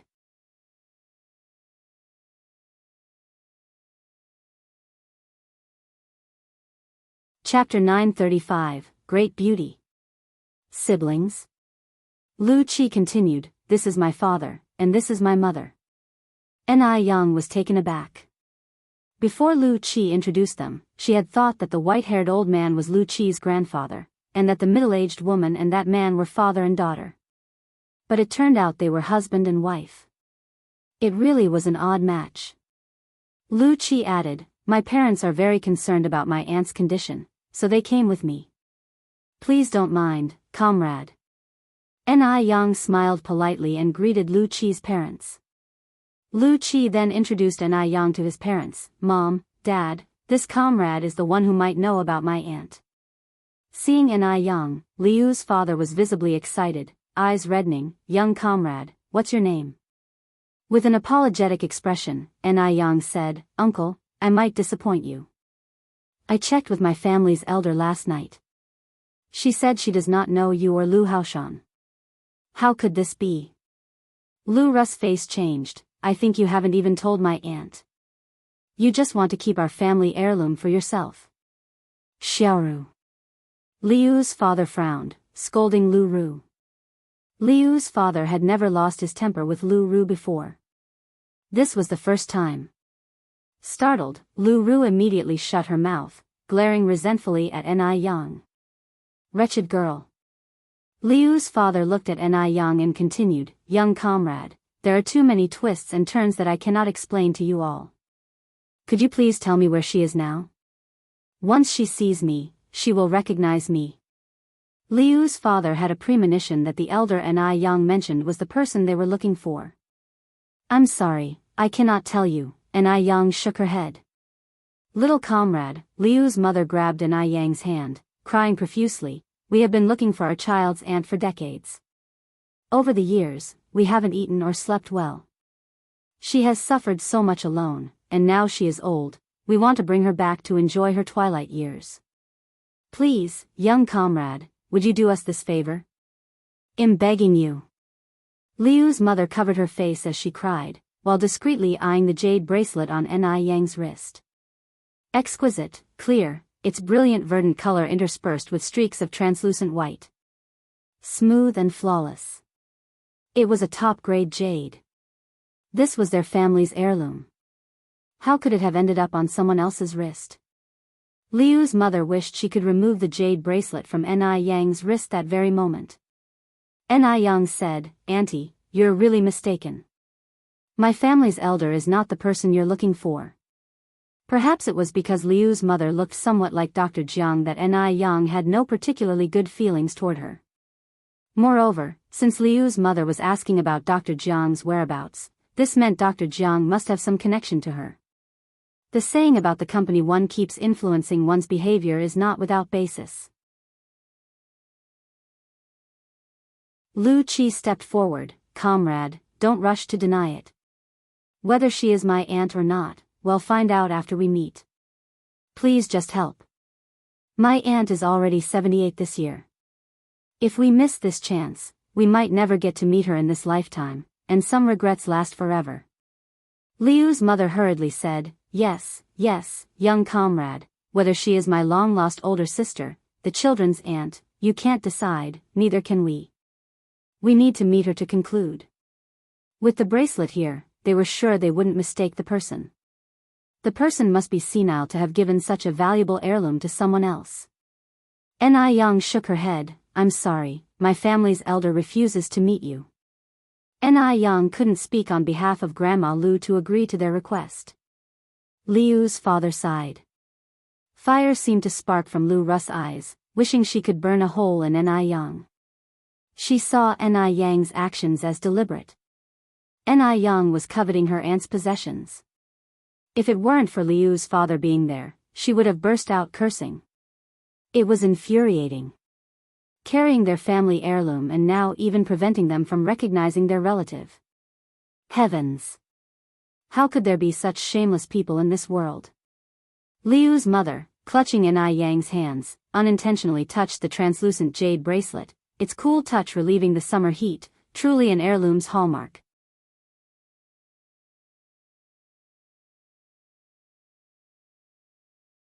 Chapter 936, Great Beauty. Siblings. _3. Under the current circumstances, we can only act subtly, not forcefully, Lu Mu continued, Comrade, I beg you. The children's great aunt, for our family, is truly very important. I am kneeling down for you. As she spoke, Lu Qi's mother attempted to kneel before Ni Young, who thankfully stopped her in time. Auntie, please don't do this. Comrade, just let these two children fulfill their filial duties to their great aunt. After so many years, their great aunt must have suffered a lot out there. We've only just managed to find out about her whereabouts. How can you bear to see us endure the pain of being apart from her? We just want her to live well in her last moments. Lu Qi's mother cried so much her voice was nearly lost, tears streaming down her face. Sorry, I can't help you with this. Ni Young pushed away Lu Qi's mother's hand. Auntie, I have other things to tend to, I'm leaving. With that, Ni Young turned and left. Lu Qi's mother tried to hold on to Ni Young, but Lu Qi's father stopped her. Lu Qi's father watched Ni Yang's retreating figure and called out loudly, Comrade, if the children's great aunt is willing to meet with us, please come find us at the mansion in Beijing. Ni Young moved quickly, disappearing from sight in a moment, leaving it uncertain whether she heard the words or not. Why did you stop me just now? Lu Qi's mother asked Lu Qi's father, continuing, Don't you want to find our elder sister? Lu Qi's father shook his head, Since they don't want to talk, even if you cry your eyes out, it's useless. As long as we're sure she's in Beijing, we'll find a way. After saying this, Lu Qi's father continued, Besides, I've already given her our address. If the children's great aunt wants to see us, she will surely send her to find us. Okay, Lu Qi's mother nodded, then all right, I'll listen to you. Lu Qi's mother was a particularly perceptive person. She wasn't spoiled or arrogant, not even with Lu Qi's father's pampering, and would never make unreasonable demands. In front of Lu Qi's father, she was always a gentle and clingy person, because only a gentle and clingy person could satisfy a man's vanity. If she didn't have any tactics, would her status in Lu Qi's father's heart have remained the same for so many years? Hearing this, Lu Ru angrily said, I knew it, that wretched girl is no good. Maybe she never even told my great aunt about this. She must have her eyes on my great aunt's possessions. It's so shameless. Those things belong to our family, what right does she have to take them? The more Lu Ru thought about it, the more she became convinced it was true. Their family had been separated from their great aunt for so many years, surely, the great aunt would dream of seeing them, so how could she refuse a meeting? It was clearly Ni Yang causing trouble. Shut up. Lu Qi looked at Lu Ru, his face stern, you can't talk about her like that. I will talk. What are you going to do about it? Lu Ru retorted while hiding behind Lu Qi's father. she's just a wretched girl. Shameless. You. Lu Qi raised his fist, as if he was about to hit Lu Ru. Hit me then. Go on and hit me. Lu Ru taunted Lu Qi while making faces, feeling fearless with her parents there. If you dare, come over here. Lu Qi's mother looked at Lu Qi, and then said, you're her older brother. Can't you be a little more lenient with your sister? I think Zaira's right. It must be that little brat eyeing your great-aunt's wealth, which is why she's going out of her way to stop us from recognizing each other. The little girl is not old, but she sure has a big appetite. Just don't know if she can handle it all. Lu Qi frowned. Mom, please don't talk nonsense. She's not that kind of person. Lu Qi's mother said with displeasure, you don't even know her name, and yet you're so sure she's not that kind of person? Anyway, she's just not. Lu Qi couldn't really lose his temper with his mother. There's a saying, a son is a son until he takes a wife, but a daughter's a daughter all her life. His son hadn't even taken a wife yet, and he was already forgetting his mother. Thinking of this made Lu Qi's mother's brow twitch. Could that little girl be doing this on purpose? Was she deliberately trying to draw Lu Qi's attention, intending to marry into the Lu family? No. She absolutely couldn't let such a thing happen. Lu Qi's mother looked at Lu Qi. Xiaoqi, you've always been a very sensible child. I hope you can think this through properly. That little girl is definitely not ordinary, she might be setting a trap for you. Lu Qi nearly laughed at this remark. Mom, please be sober, will you? At this point, she doesn't even bother to give us a second glance. Do you think she would waste her energy setting a trap for me?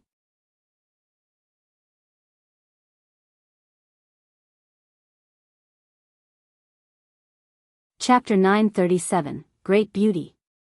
Siblings. _4. He did want Ni Yang to set a trap for him. If Ni Yang was willing to set a trap, he would definitely jump right into it. But the problem was, she simply didn't bother to do so. Lu Qi was very self-aware and had a good eye for people. He could tell that Ni Yang was different from the other girls he had met before. Liu's mother glanced at Lu Qi and then said, I don't care, but let me say this up front, my future daughter-in-law must be chosen by me personally. Not just anyone can enter the Lu family's door. I know, Lu Qi replied in a muffled voice. Liu's father timely interjected, that young lady just now, she isn't that kind of person. Went on, you and Xiaoru, if you meet her again, make sure not to say anything rude. Who knows, all these years, your aunt may have relied on that young lady quite a bit. Liu's father could see that Ni Yang was not the type of girl who was greedy for money. Jill Wentong always followed her husband's advice, and upon hearing this, she nodded and said, yes, I know. My sister has suffered so much over the years, I'm fully aware. I'm not targeting that young girl we just met, I'm just worried that our Xiaoqi might be deceived. You know how naive our child has been since he was young, unaware of how much he's been taken advantage of by girls. After speaking, Jill Wentong continued, I wonder how my sister is doing now. Whether she's healthy? I really want to bring her here to stay with us soon, to let her enjoy a few good years. Liu's father sighed, from the looks of that young comrade, she probably hasn't suffered much this year. Lu Ru chimed in, almost every day, Mom prays for blessings for my aunt, even after coming to Beijing, she has not stopped. Surely heaven has been moved by my mom's sincere heart, that's why my aunt hasn't suffered. Jill Wentong said a bit embarrassedly, Xiaoru, what are you talking about? It's only right for me to pray for blessings for your aunt. Liu's father patted Jill Wentong's hand, Wentong, you've worked hard these years. Xiaoru is right, it must be your sincere heart that touched heaven. Jill Wentong simply smiled without speaking. At this moment, not replying was the best reply. Following behind, Lu Qi said speechlessly, Mom and Dad, can we please stop promoting superstitious beliefs? If heaven really could be moved by my mom, then our whole family wouldn't need to work, no one in the entire country would need to work. We could all just sit at home and pray for blessings every day. It's up to us to make things happen. If Auntie didn't have someone to take care of her, who knows what might have happened by now. Upon hearing this, Jiao Wentong felt a surge of anger in her chest, stuck somewhere between rising and falling, making her very uncomfortable. Always ruining her moment.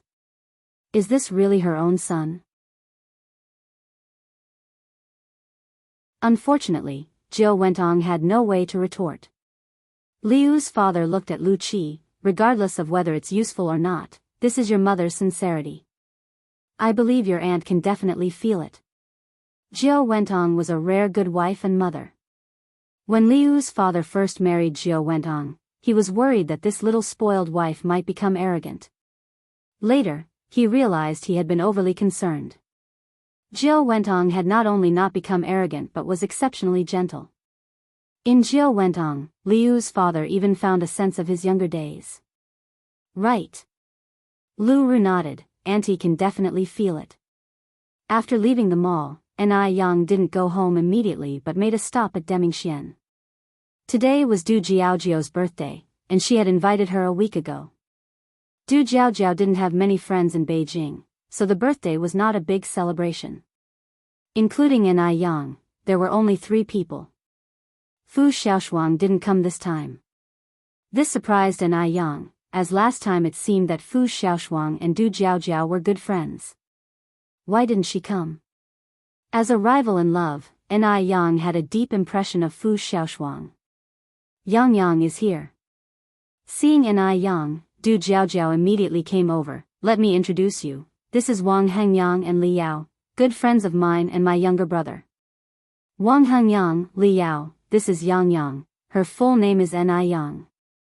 Ni Yang took the initiative to greet them, Mr. Wang, Miss Li. Wang Hengyang and Li Yao, who were both very enthusiastic, promptly stood up, Miss Ni. Du Jiaojiao laughed and said, what's with this Mr. and Miss, it's too formal. We're all friends here, just call each other by names.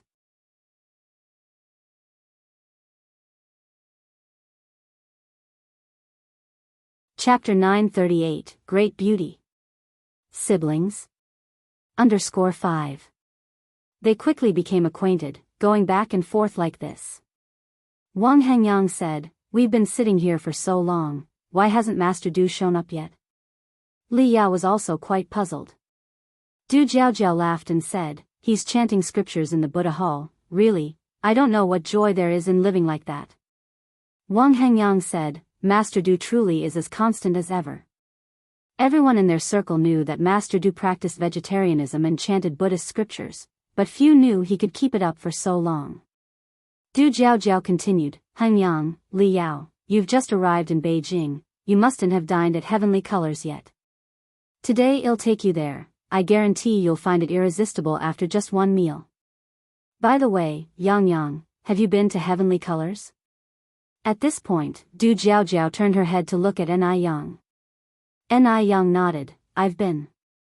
Du Jiaojiao then said, how was it? The food at Heavenly Colors is amazing, isn't it? It's indeed quite good, Ni Yang unconsciously touched her nose. This shouldn't count as self-praise, right? Hearing Du Jiaojiao glorify Heavenly Colors, Wang Hengyang and Li Yao were skeptical.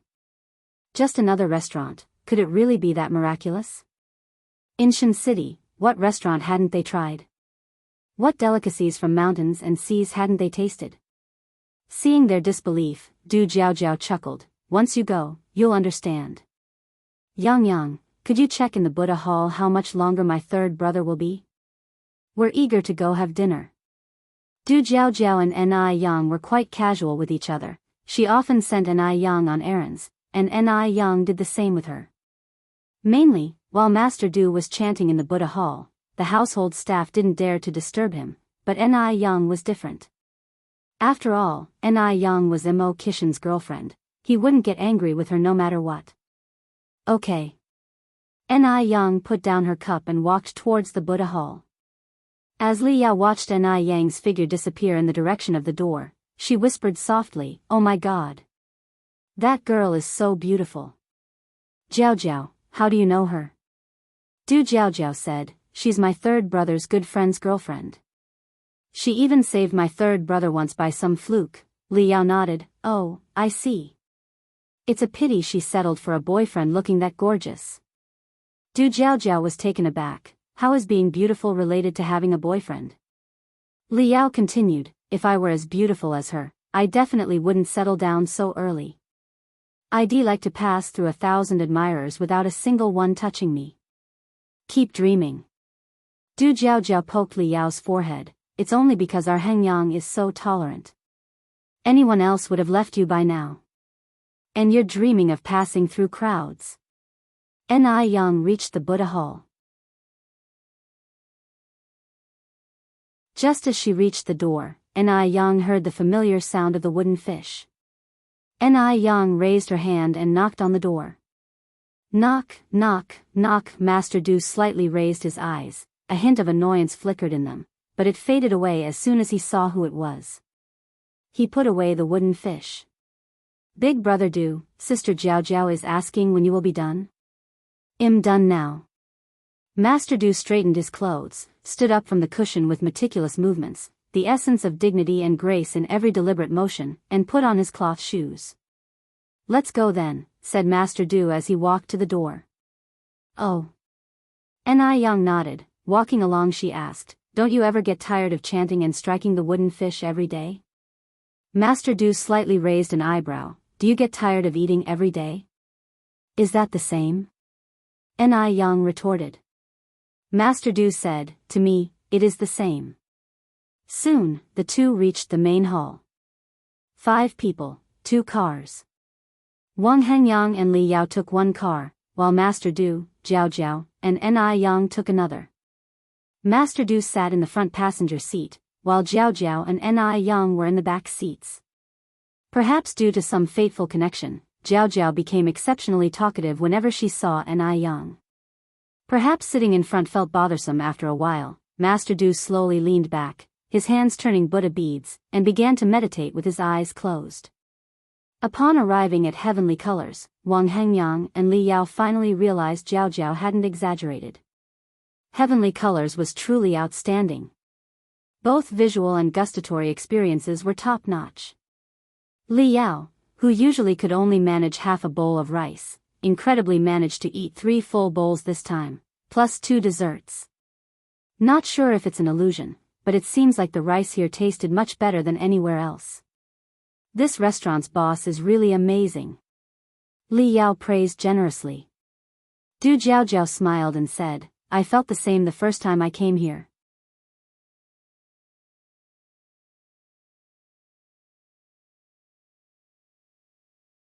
Chapter 939, Great Beauty. Siblings? _6. Li Yao continued, it would be great if Shen City also had a store. Du Jiaojiao joked, you could consider moving to Beijing. After the meal, Ni Yang had some other matters to attend to, so she left early and didn't go back to Deming Pavilion with the others. Wang Hengyang went to talk business with Grandpa Du, and Li Yao chatted with Du Jiaojiao in her room. Is that the gift from the Great Beauty? Li Yao asked, pointing to a beautifully wrapped box. Although she hadn't known Ni Yang for long, Li Yao had already given her a nickname. That was, the Great Beauty. Du Jiaojiao nodded, yes, it's from the Great Beauty. Compared to Yang Yang, Du Jiaojiao also felt that the term Great Beauty suited Ni Yang better. What did the Great Beauty give you?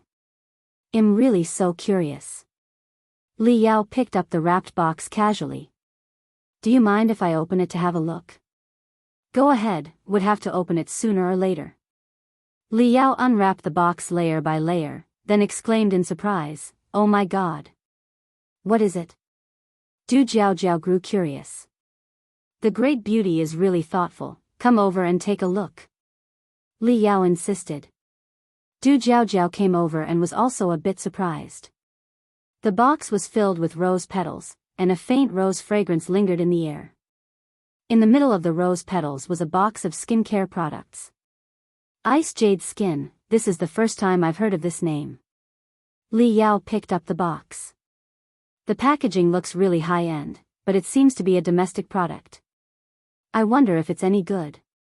As she finished, Li Yao continued, how well off is the great Bowtai's family? To only give a domestic skincare product. Who would dare use it? Ni Yang didn't seem like the stingy type. And at that time, domestic products really couldn't stand on solid ground. Du Jiaojiao smiled and said, "The great beauty is still a student." She mentioned this skincare product to me before, and it must be because she found it suitable for her use that she gifted it to me. Just in time, my skin has been a bit dry these days, and I've even had some acne. I'll try Ice Jade Skin tonight.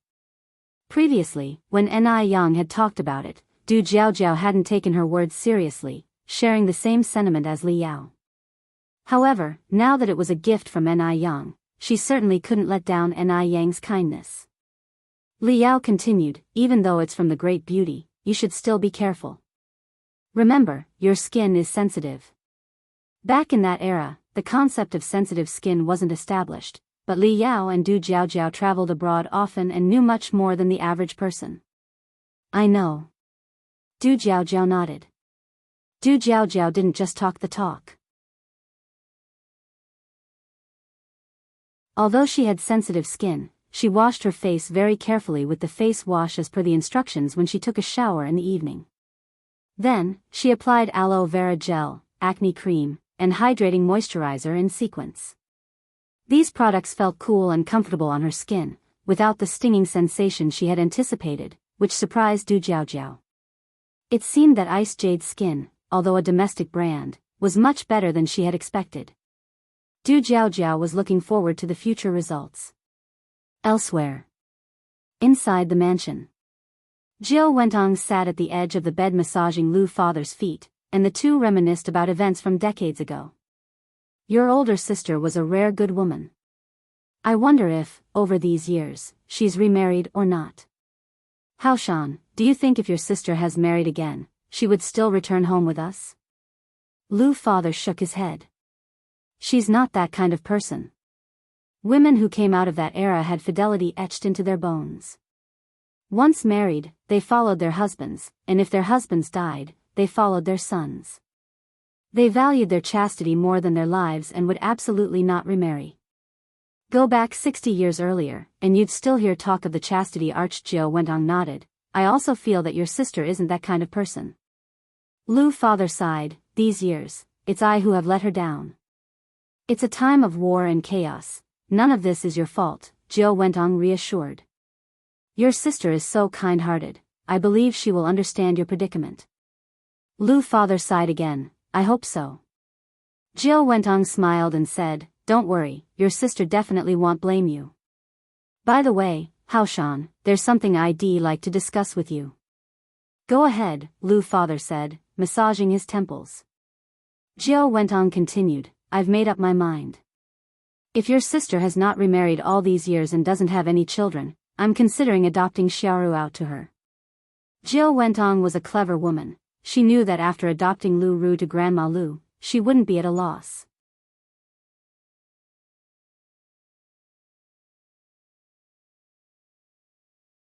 Chapter 940, Great Beauty. Siblings? _7 After all, that old lady didn't have many years left to live. Liu's father was taken aback. Jiao Wentong continued, "Haoshan, do you agree? If you don't agree, then well, just drop the matter, and pretend that I never said this." Liu's father opened his mouth and said, "Our daughter is also her daughter, isn't it too much trouble to adopt formally?" Jiao Wentong shook her head, "It's different, Haoshan. I'm a woman too, and I understand too well how much a woman yearns to have a child of her own. Big sister has been alone for so many years, I really feel sorry for her." As she spoke, Jiao Wentong's eyes reddened. Liu's father nodded, "Wentong, it's thoughtful of you to consider all this. Since you agree, I have no objections either. Let's do as you say and adopt our Xiaoru out to her." Jiao Wentong took a towel and wiped Liu's father's feet dry, "Then I'll go and talk to Xiaoru about this now." "All right." Jiao Wentong emptied the footbath, draped on a thin coat, and went to look for Lu Ru. After hearing the news, Lu Ru was overjoyed. "Mom, are you serious? I can really be adopted by my auntie?" It was said that the old lady had many valuable things. If she could be adopted by her, it meant that those things would also belong to her. Could Lu Ru be any less happy about getting something for nothing? It's really possible. Jiao Wentong nodded. Your dad has agreed. Mom, thank you. Lu Ru hugged Jiao Wentong excitedly. You silly child, you're being so formal with your mom? Jiao Wentong smiled tenderly. Having married Lu Haoshan for so many years, her greatest pride was this pair of children. Although Lu Qi always annoyed her, children are thoughtless, and besides, he was her own flesh and blood, she wouldn't hold it against him. So when can we go see my auntie? Lu Ru continued to ask. Jiao Wentong said, your dad has already had someone check on it, we should know soon, don't rush or you'll spoil it. Lu Ru nodded, I understand. Jiao Wentong continued, Xiaoru, after you meet your auntie, you really need to temper your attitude. Your auntie was brought up with the old society's traditional education and likes those graceful and dignified young ladies. You must not clash with your auntie, it would upset your father. Lu Ru smiled and said, unless I'm crazy, I wouldn't clash with auntie. Don't worry, I'll take good care of her. That's good. Jiao Wentong nodded in satisfaction. Truly a daughter she had raised herself, she understood with just a hint. After leaving Lu Ru's room, Liu's father was already asleep in bed. People become like this as they age. Jiao Wentong slightly frowned, pulled back the covers, and lay on the other side. The Ni family always ate dinner late. During the meal, Grandma Lu arrived with her cane. Ni Tsuhua quickly stood up and said, have you eaten? If not, come and join us. We've only just started. Ni Yang got up to get some cutlery for Grandma Lu in the kitchen. Grandma Lu stopped Ni Yang's movement. I've eaten, Yang, don't fuss over me. I've come to have a word with you. Ni Yang said, then let's talk over here. Mom, you all keep eating, I'll have a word with Grandma Lu. All right, Ni Tsuhua nodded. Ni Yang and Grandma Lu went over to the living room. Yang, did you go up and see those siblings today? Grandma Lu asked. After all, it concerned her own relatives, so Grandma Lu thought it over for an entire night. She felt she needed to see them at least once. Although the name wasn't correct. What if there were a miracle? For decades, whenever she thought of those people, she could only sustain herself with memories. I've been there, Ni Yang nodded, telling the truth. The parents of those two siblings came too. Their mother called you big sister and said they wanted to take you back to enjoy your old age. Grandma Lu was the person concerned, and she had the right to know the truth. Big sister. How many years had it been since Grandma Lu heard this address? Ever since her younger brother and sister-in-law had passed, she hadn't heard it. For a moment, Grandma Liu's eyes turned slightly red. Yang, after thinking it over, I want to see them. I'm still clear-headed now, and won't mistake my own relatives, and if they really are my younger brother and sister-in-law, then we would miss out. Could you arrange a time for us to meet? She was also of quite old age now, and who knew when she might pass away. Before dying, she didn't want to leave with regrets. Ni Yang nodded, sure, I'll make another trip there tomorrow. All right, Grandma Lu nodded, then that would trouble you, Yang. Ni Yang smiled, it's no trouble at all, it's what I should do. This is nothing. Ni Yang also hoped that Grandma Lu would find her relatives and then be able to enjoy her sunset years. Having been separated from her family for so many years due to the troubled times, the old lattice life had been too hard. The next day, Ni Yang drove to the address mentioned by Lu's father the day before. When she arrived, Lu Qi was just about to leave the house. Seeing Ni Yang, Lu Qi said in surprise, Comrade, why have you come? Ni Yang smiled slightly, my name is Ni Yang, just call me by my name. It's Grandma Lu who asked me to come. She would like to see you all. Now that Grandma Lu had decided to see them, Ni Yang no longer hid her real name. On hearing this, Lu Qi was overjoyed, really? Ni Yang nodded, really. Are your parents free now? If they are, come with me. Lu Qi glanced behind Ni Yang and then asked, did your family's driver bring you here? I drove here myself, Ni Yang replied.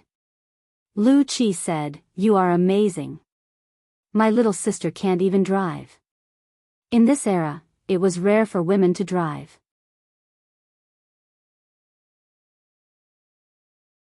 Ni Yang didn't continue the topic and then said, "Are your parents free now? If not, I can leave the address with you. If they are, I can take you there now to avoid you having trouble finding it later." Lu Qi eagerly nodded. "Free, free. They're free. Come inside with me, and I'll go tell my parents right away. They'll be very happy to hear this news." Ni Yang followed Lu Qi inside. The mansion the Lu family lived in was extraordinarily luxurious. Without certain status and position, one really couldn't live in such a place. The servant was very courteous and hurriedly brewed tea for Ni Yang. Lu Qi then said, "Ni Yang, you wait here for a moment, I'll go find my parents. They're upstairs." "Okay," Ni Yang nodded. Upstairs. Lu father and Jiao went on, upon hearing the news, were very happy. They were planning to sleep in, but now they didn't feel like sleeping anymore and quickly got dressed. "Xiaoqi, go call your sister." "Got it." Lu Qi went to Zaira's room. Xiaoru also changed her lazy attitude, and upon hearing that they could go to Grandma Liu's place, she got up at once. Knowing Grandma Liu liked the delicate damsel type, she even specifically changed into the cheongsam she had bought last time.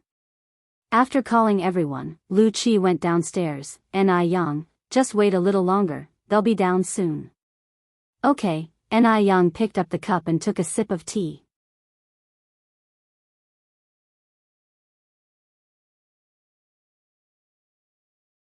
Chapter 941, The Truth Emerging from the Surface. Lu Qi took 2 plates of exquisite pastries from the servant's hands and placed them on the table. "These are our Bay Island specialties, pineapple cake and red turtle cake. Have a taste." "Thank you." Lu Qi sat opposite Ni Yang, unsure of what to do with his hands and feet. This was clearly his home, yet he felt more nervous than Ni Yang. In contrast, Ni Yang showed no hints of strangeness in her expression, her calm demeanor as if she were the hostess. Her presence was naturally awe-inspiring. Such a unique aura could not be mimicked by the average person. Eat the pastries." Lu Qi pushed the pastries towards Ni Yang. With polite insistence, Ni Yang reached for a pineapple cake. The crust was crispy and delicious, the filling soft and sweet. "It tastes really good." Lu Qi's face flushed for a moment, somewhat embarrassedly. He said, "If it's good, feel free to have a few more pieces." Ni Yang's gaze swept inconspicuously in the direction of the staircase. "Are your uncle and aunt from inland?" Lu Qi first paused, then nodded. "Yes, my dad and mom are both from inland. My dad stayed on Bay Island for some irresistible reasons and has now settled in Bay Island, having not returned to Beijing for many years." "Do inlanders get used to living in coastal cities?" Ni Yang asked. Bay Island is surrounded by sea on all sides, and the climate is very different from the land. It's fine for just traveling, but if you're a native northerner, living in a coastal city would definitely be quite uncomfortable. Lu Qi said, "We were born and raised on Bay Island since we were young, and are already used to its climate. My mom was originally from the south anyway, where the climate is similar to Bay Islands. My dad has spent half his life on Bay Island, so even if he wasn't used to it, he should be by now." Ni Yang expressed her surprise. "So Auntie is from the south?" "I am also from the south." "Which part of the south is Auntie from?" Dr. Jiang's family is originally from Beijing. Beijing and Haicheng are thousands of kilometers apart. In days before the widespread use of communication technology, people living so far apart would hardly have any connection. Moreover, the chance of being an illegitimate daughter was also not likely. Dr. Jiang went overseas with Xiao Qing 22 years ago, and when she returned to her country 12 years later she was already 34 years old. Dr. Jiang is only 68 years old this year, and although Liu's mother looks young, she must be at least in her 40s or 50s. The ages don't match up. The only possibility is that Liu's mother is Dr. Jiang's younger sister, who had died many years ago, Jiang Ji. Really? Lu Qi responded with astonishment. that is such a coincidence. My mom seems to be from Haicheng City. Ni Yang said with a smile, that is quite a coincidence, I am also from Haicheng City. Haicheng City. Now that's interesting. Ni Tsuhua just happened to be trafficked to Haicheng City. Hearing this, Lu Qi was very excited. What a fortuitous encounter this must be. As the words fell, Ni Yang continued, may I ask what Andy's last name is? Lu Qi, eager to make an impression in front of Ni Yang, promptly revealed his mother's full name. My mom's name is Jiu Wentong, Jiu as in Yangtze River, Wen as in culture, and Tang as in crabapple. Oh, Ni Yang nodded, there seem to be very few families with the surname Jiu in our village.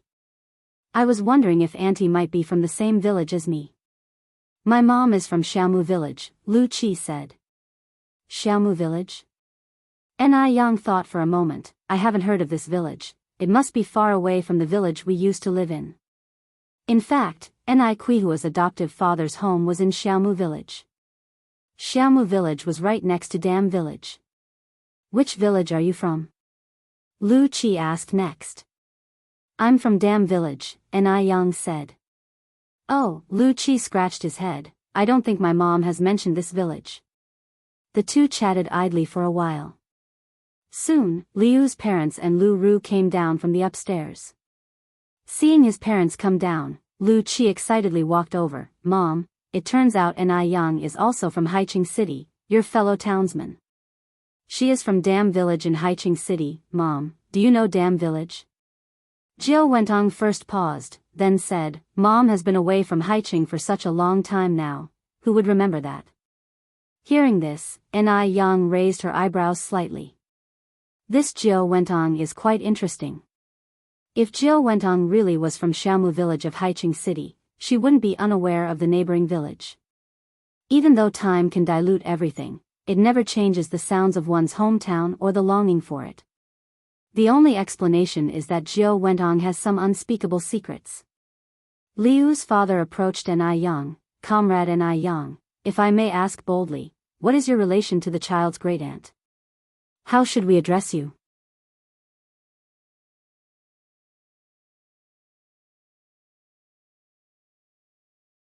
Chapter 942, The Truth Emerging from the Surface _2. Ni Yen gave a slight smile but did not directly answer Liu's father's question and instead said, Uncle, if you really are Grandma Liu's relatives, she will tell you when the time comes. All right, Liu's father nodded. Let's get going then. It was only then that Lu Ru realized that Ni Yen had also come. Lu Ru was wearing a light blue cheongsam, with a tassel of the same color hanging from the button on the chest side, concealing a translucent, dripping jade stone within the light tassel. Lu Ru had a tall figure. Although her skin was dark, her overall facial features were delicate. This outfit significantly softened her usual aggressive demeanor, giving her a bit of a graceful beauty. However, the person standing opposite her today was Ni Yen. Coincidentally, Ni Yen was also wearing a cheongsam today, a plain white one with a red jade clasp that matched the red edge of her hair clip. As she moved, the jade swayed, shimmering brilliantly. Her eyebrows seemed like distant mountains, not drawn yet naturally dark. Her lips appeared as if dabbed with sand, naturally red without emphasis.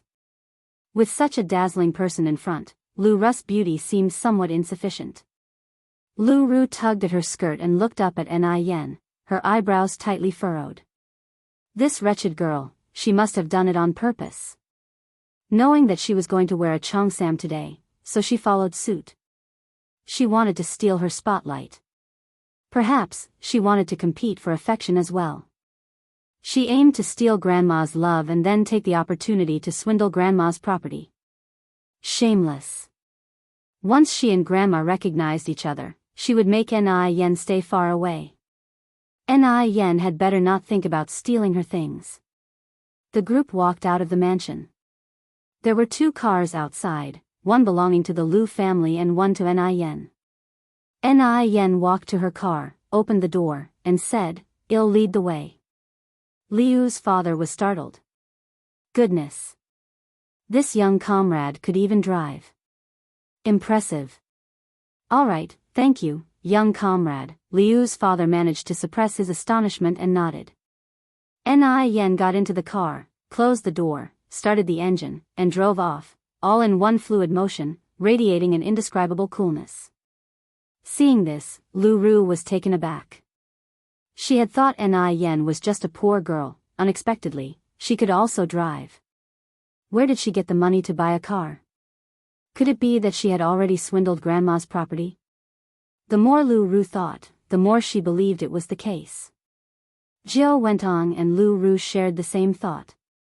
She couldn't believe that Ni Yen, a mere girl, could afford to buy a car. It seemed that Ni Yen was really something else. To even deceive the old lady out of her money. Jiao went on narrowed her eyes. To accommodate the driver following behind, Ni Yen deliberately slowed down. Dad, I want to learn to drive too. Lu Ru shook Liu's father's arm. No, it's too dangerous for girls to drive. Liu's father refused. I want to learn, Daddy, please agree. Lu Ru began to act coquettishly. Daddy, my dear Daddy, Lu Qi hissed, can you not disgust me? Xiaoru, take my advice, you really aren't suited to act coquettishly. I'm getting goosebumps all over. Daddy, brother is bullying me. Lu Ru continued her act. Lu Qi was almost at his wit's end and turned on the car radio, turning up the volume. The car sped along, soon arriving at Jinghua village. Unlike the impoverished hinterland imagined, every household in Jinghua village was connected by a concrete road, and workers were installing street lights along the roadsides. Jiao Wentong expressed surprise. There are even street lights in the countryside now. Looking at the scenery outside the window, Liu's father exclaimed, it seems that Beijing has developed much faster than we imagined these past years. Liu's mother added, the environment here is really nice, filled with the scent of birds and flowers. It looks like my elder sister has had a better life here these past years than I imagined. Where we live, many places still don't have street lights. At this moment, street lights were only installed on bustling streets.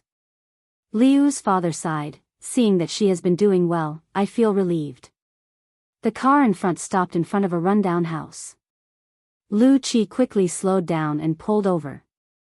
Ni Yen opened the car door and stepped out. This is the place, uncle and aunt, please get out.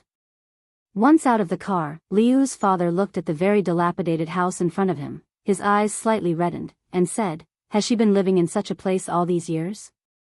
When he saw that the village was installing street lights, he had thought that she had been living well these years. Little did he expect that she had been dwelling in such a place.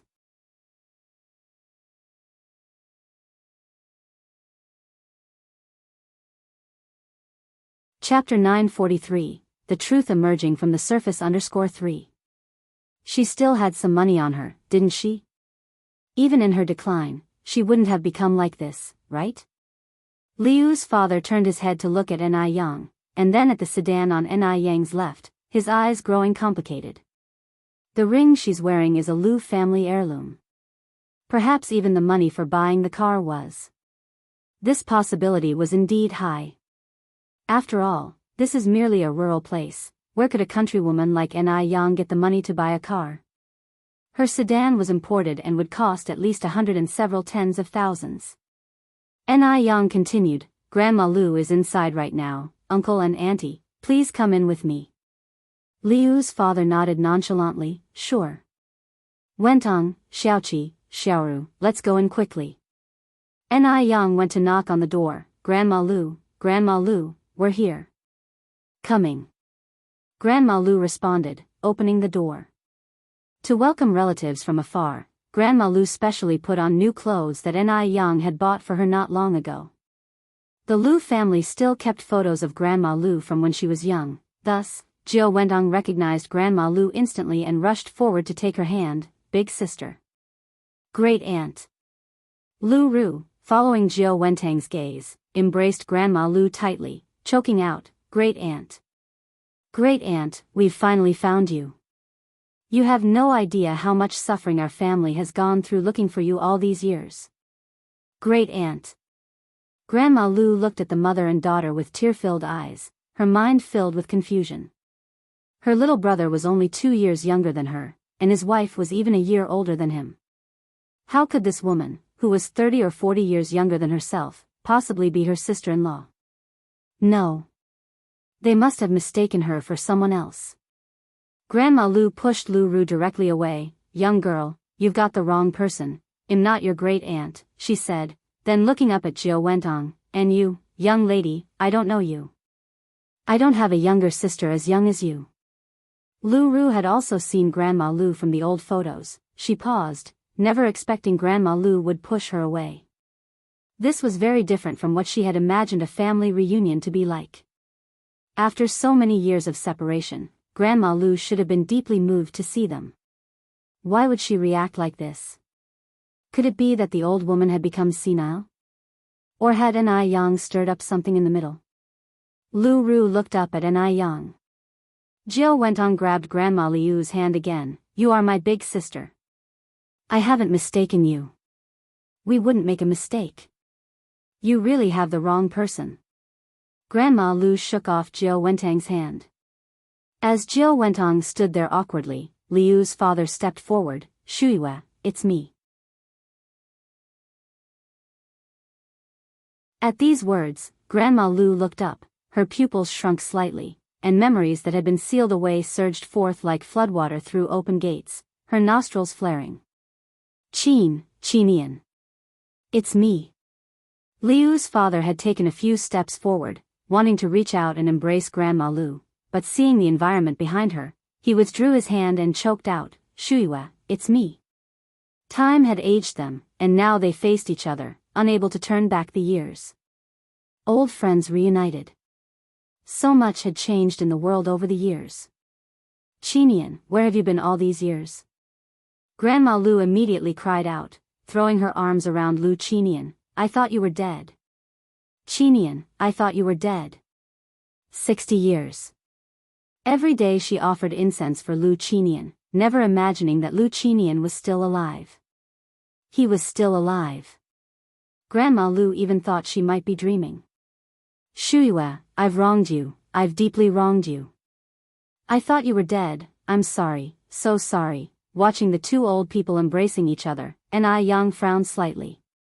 Although Grandma Lu had recognized the person, she felt that there was something more complicated about this matter. According to Lu Qi, Liu's father should be called Lu Haoshan. Why was he now called Lu Qinian? Grandma Lu wept bitterly. "I thought you were dead too. Heaven has eyes. Qinian, you're still alive. You're still alive." The most agonizing thing in the world is not death, but separation. Had they known earlier that the other was alive, they wouldn't have suffered as they did. "Qinian, you're still alive, but what about big brother and second brother? Are they still here?" Grandma Lu went on to ask.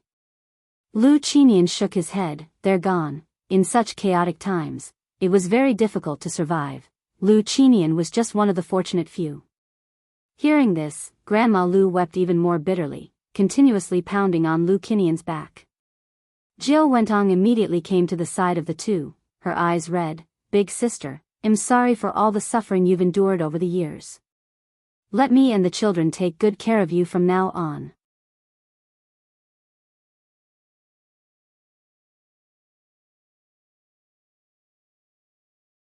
Chapter 944, The Truth Emerging from the Surface _4.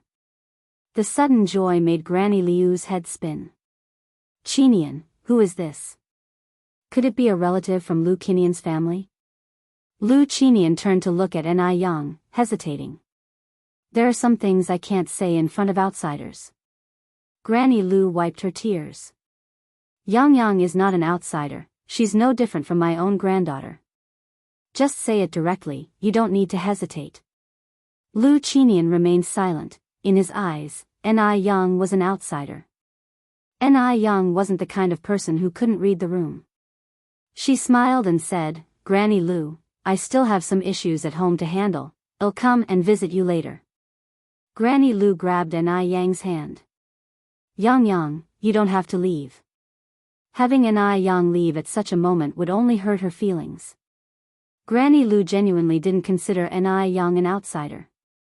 "Zhao Shuiwe." Liu's father's expression clearly seemed off. Seeing this, Ni Yang still decided to leave. If she insisted on staying, it would make her uncomfortable, and so would the Liu family. Besides, their home was close to Granny Liu's. If anything really happened, she could still rush over to help her. After Ni Yang left, Liu's father sighed in relief. Granny Liu pushed open the half-closed door. "Come in and sit with me." The house was dilapidated, but it was kept very clean, and there was even a TV in the living room. Jiao Wentong carefully surveyed the environment. The fact that there was a 3,000 yuan TV showed that the old woman still had a fair amount of money. Granny Liu was busy pouring water for everyone. Jiao Wentong hurried over to help. "Let me help you with that, sister." The tea set at Granny Liu's was quite old, though clean, making Liu's father somewhat hesitant to drink from it. He hadn't used such worn-out cups in many years. Considering the state of the house, who knew if it had been crawled over by rats? Liu's father was hesitant, and Lu Ru, who was used to living comfortably, was even more so. Lu Qi, however, didn't mind. He was thirsty and picked up the cup to drink. "Auntie, this tea is wonderful." "Is it barley tea?" Granny Liu nodded and smiled. "Yes, it's barley tea. If you like it, I can pack some for you to take when you leave. I have plenty here." With that, Granny Liu turned to Liu's father. "Qinian, can you talk now? Who are these children to you? How have you really been all these years?" Hearing this, Liu's father sighed deeply, his face full of pain. He began to talk about his difficult past years, how he braved gunfire and crossed seas alone to reach Taiwan Island, and there achieved some success. Thankfully, in my most difficult and helpless times, I met Wentong. Wentong is a good woman. She didn't mind my age or that I had been married before, and she took great care of me. Without her, I might have died. After we got married, Wentong gave birth to 2 children, one named Lu Qi and the other Lu Ru. "Xiaoqi, Xiaoru, come and greet your auntie." "Hello, auntie." Lu Qi and Lu Ru approached Granny Liu. Granny Liu was stunned. She hadn't expected Lu Qinian to have remarried. Not only had he remarried, but he also had 2 children. Her years of waiting seemed, at that moment, to become a joke. Hearing this, Granny Liu staggered backwards, nearly falling, but Lu Qi promptly steadied her. "Auntie, are you all right?" "I'm fine." Granny Liu waved her hand and looked up at Lu Qi. "Child, do you know what my last name is?" "Liu." Lu Qi guessed. "It should be Liu, right? Otherwise, why would Ni Yang call her Granny Liu?" "No." Granny Liu shook her head, her tone ambiguous between sadness and joy. "My surname is Zhao Shuyue. I called myself by the Liu surname because my late husband was a Liu." "Yes." Lu Qinian was her husband. They were a couple who had gone through the formal wedding rites. Old-time women adhered to the principle of following their husband, and after his death, their son. Especially for Zhao Shuyue, coming from a prominent family, this concept was deeply ingrained. War took her family and husband, and a famine forced her to leave the place she had grown up in, to live incognito in Jinghua village, assuming the name Lu Zhao. Nobody knew that she had had her own name. She was Zhao Shuyue.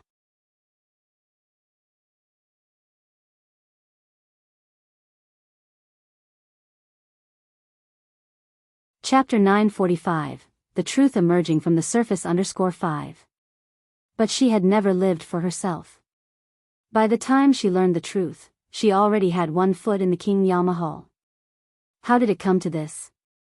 Seeing Zhao Shuyue like this, Lu Qinian panicked. "Shuyue, don't be like this. I'm not dead, I haven't died. I'm still alive. I know I've wronged you all these years. But I couldn't help it, it was all due to the circumstances." Zhao Shuyue looked at Lu Qinian with a desolate gaze. "So, what have you come here for today? Are you here to boast that you now have a son and a daughter, while I've lived like a joke? Lu Qinian, ask yourself, has the Zhao family ever mistreated you? What did you promise my father? Since you're still alive, why didn't you come looking for me? Looking at your clothes, it doesn't seem like it's because you couldn't afford to, right? Some people would be better off dead. All these years, if Lu Qinian had truly wanted to find her, he would not have failed to do so. But Lu Qinian hadn't. Not only had he not, but he had also remarried. How ironic all of this was. Back then, Lu Qinian was just a destitute beggar too poor to eat, fainting at the doorstep of the Zhao family. It was old Master Zhao who took pity on him, picked up the half-dead Lu Qinian, and later took him in as a son-in-law. Unfortunately, the good times didn't last long. The couple had been married for hardly half a year before war broke out. The entire Zhao family, over 200 people, were either killed or fled, in the end leaving only Zhao Shuyue alone. Shuyue, I've wronged you. I apologize to you. Lu Qinian immediately knelt on the ground. Shuyue, please forgive me. From now on, my children with Wentong will be your children, they will take good care of you, and moreover, Wentong said, she wants to give Xiaoru to you as an adopted child. Lu Ru also knelt down. Auntie, please forgive my father. He had no other choice, I assure you, from now on, you'll be my own mother, and when you pass on, I will carry the funeral banner and smash the bowls for you. Carrying the funeral banner and smashing the bowls is a custom after an elder's death, generally performed by the eldest son. However, in the absence of a son, a daughter can also do it, and it is usually the person who performs these rites who inherits all of the elder's wealth. This old woman was so rich, of course, she wanted to inherit her wealth. Jiao Wentong too knelt down, dragging Lu Qi with her. Big sister, I know all of this is my fault, it was me who pitted Haoshan, it was me who shamelessly wanted to marry him, if you mind my existence, I can divorce Haoshan. Big sister, as long as you're willing to forgive Haoshan, I'm willing to do anything. The whole family was kneeling neatly in front of Zhao Shuyue, their sincerity evident. Grandma Lu turned away. My husband Lu Qinian died 60 years ago. I do not know any of you, please leave. 60 years. She would have preferred it if Lu Qinian had never lived at all. Shuyue, you can't be so heartless, Lu Qinian pleaded, holding on to Zhao Shuyu's legs. I know I've wronged you, but who in this life doesn't make a single mistake? Lu Qinian continued, Shuyue, I know these years have been hard for you, but I hope you can also understand me. Think about it, in our parents' generation, who didn't have multiple wives and concubines? Without you by my side, I couldn't just watch the Lu family lineage die out. And I truly didn't know you were alive. If I had known, I certainly wouldn't have done this. Shuyue, please give me a chance to make it up to you, I really know I was wrong. In that era, not to mention Zhao Shuyu's parents, even her brothers had multiple wives and concubines. He might have been guilty, but his crime was not worthy of death. Auntie, Lu Ru tugged at Zhao Shuyu's sleeve, they say a man's knees are gold, and now my father and brother have both knelt before you. Come back with us. From now on, I'll make sure you live in a big house, eat the best foods. Zhao Shuyue closed her eyes, go back, I don't know you. Auntie. Lu Ru grasped Zhao Shuyue tightly. I'm not your auntie. Zhao Shuyu's voice trembled slightly. Lu Qinian went on, Shuyue, we're both of advanced age now, what's there that we can't forgive? There is only this one life, no afterlife, I hope you can understand that. I believe if our parents were still alive, they too would understand me. They wouldn't want to see the Lu family's line end. You're tuning into the Dreamy Love Stories YouTube channel. Don't forget to subscribe and join us on this journey to catch the most captivating stories.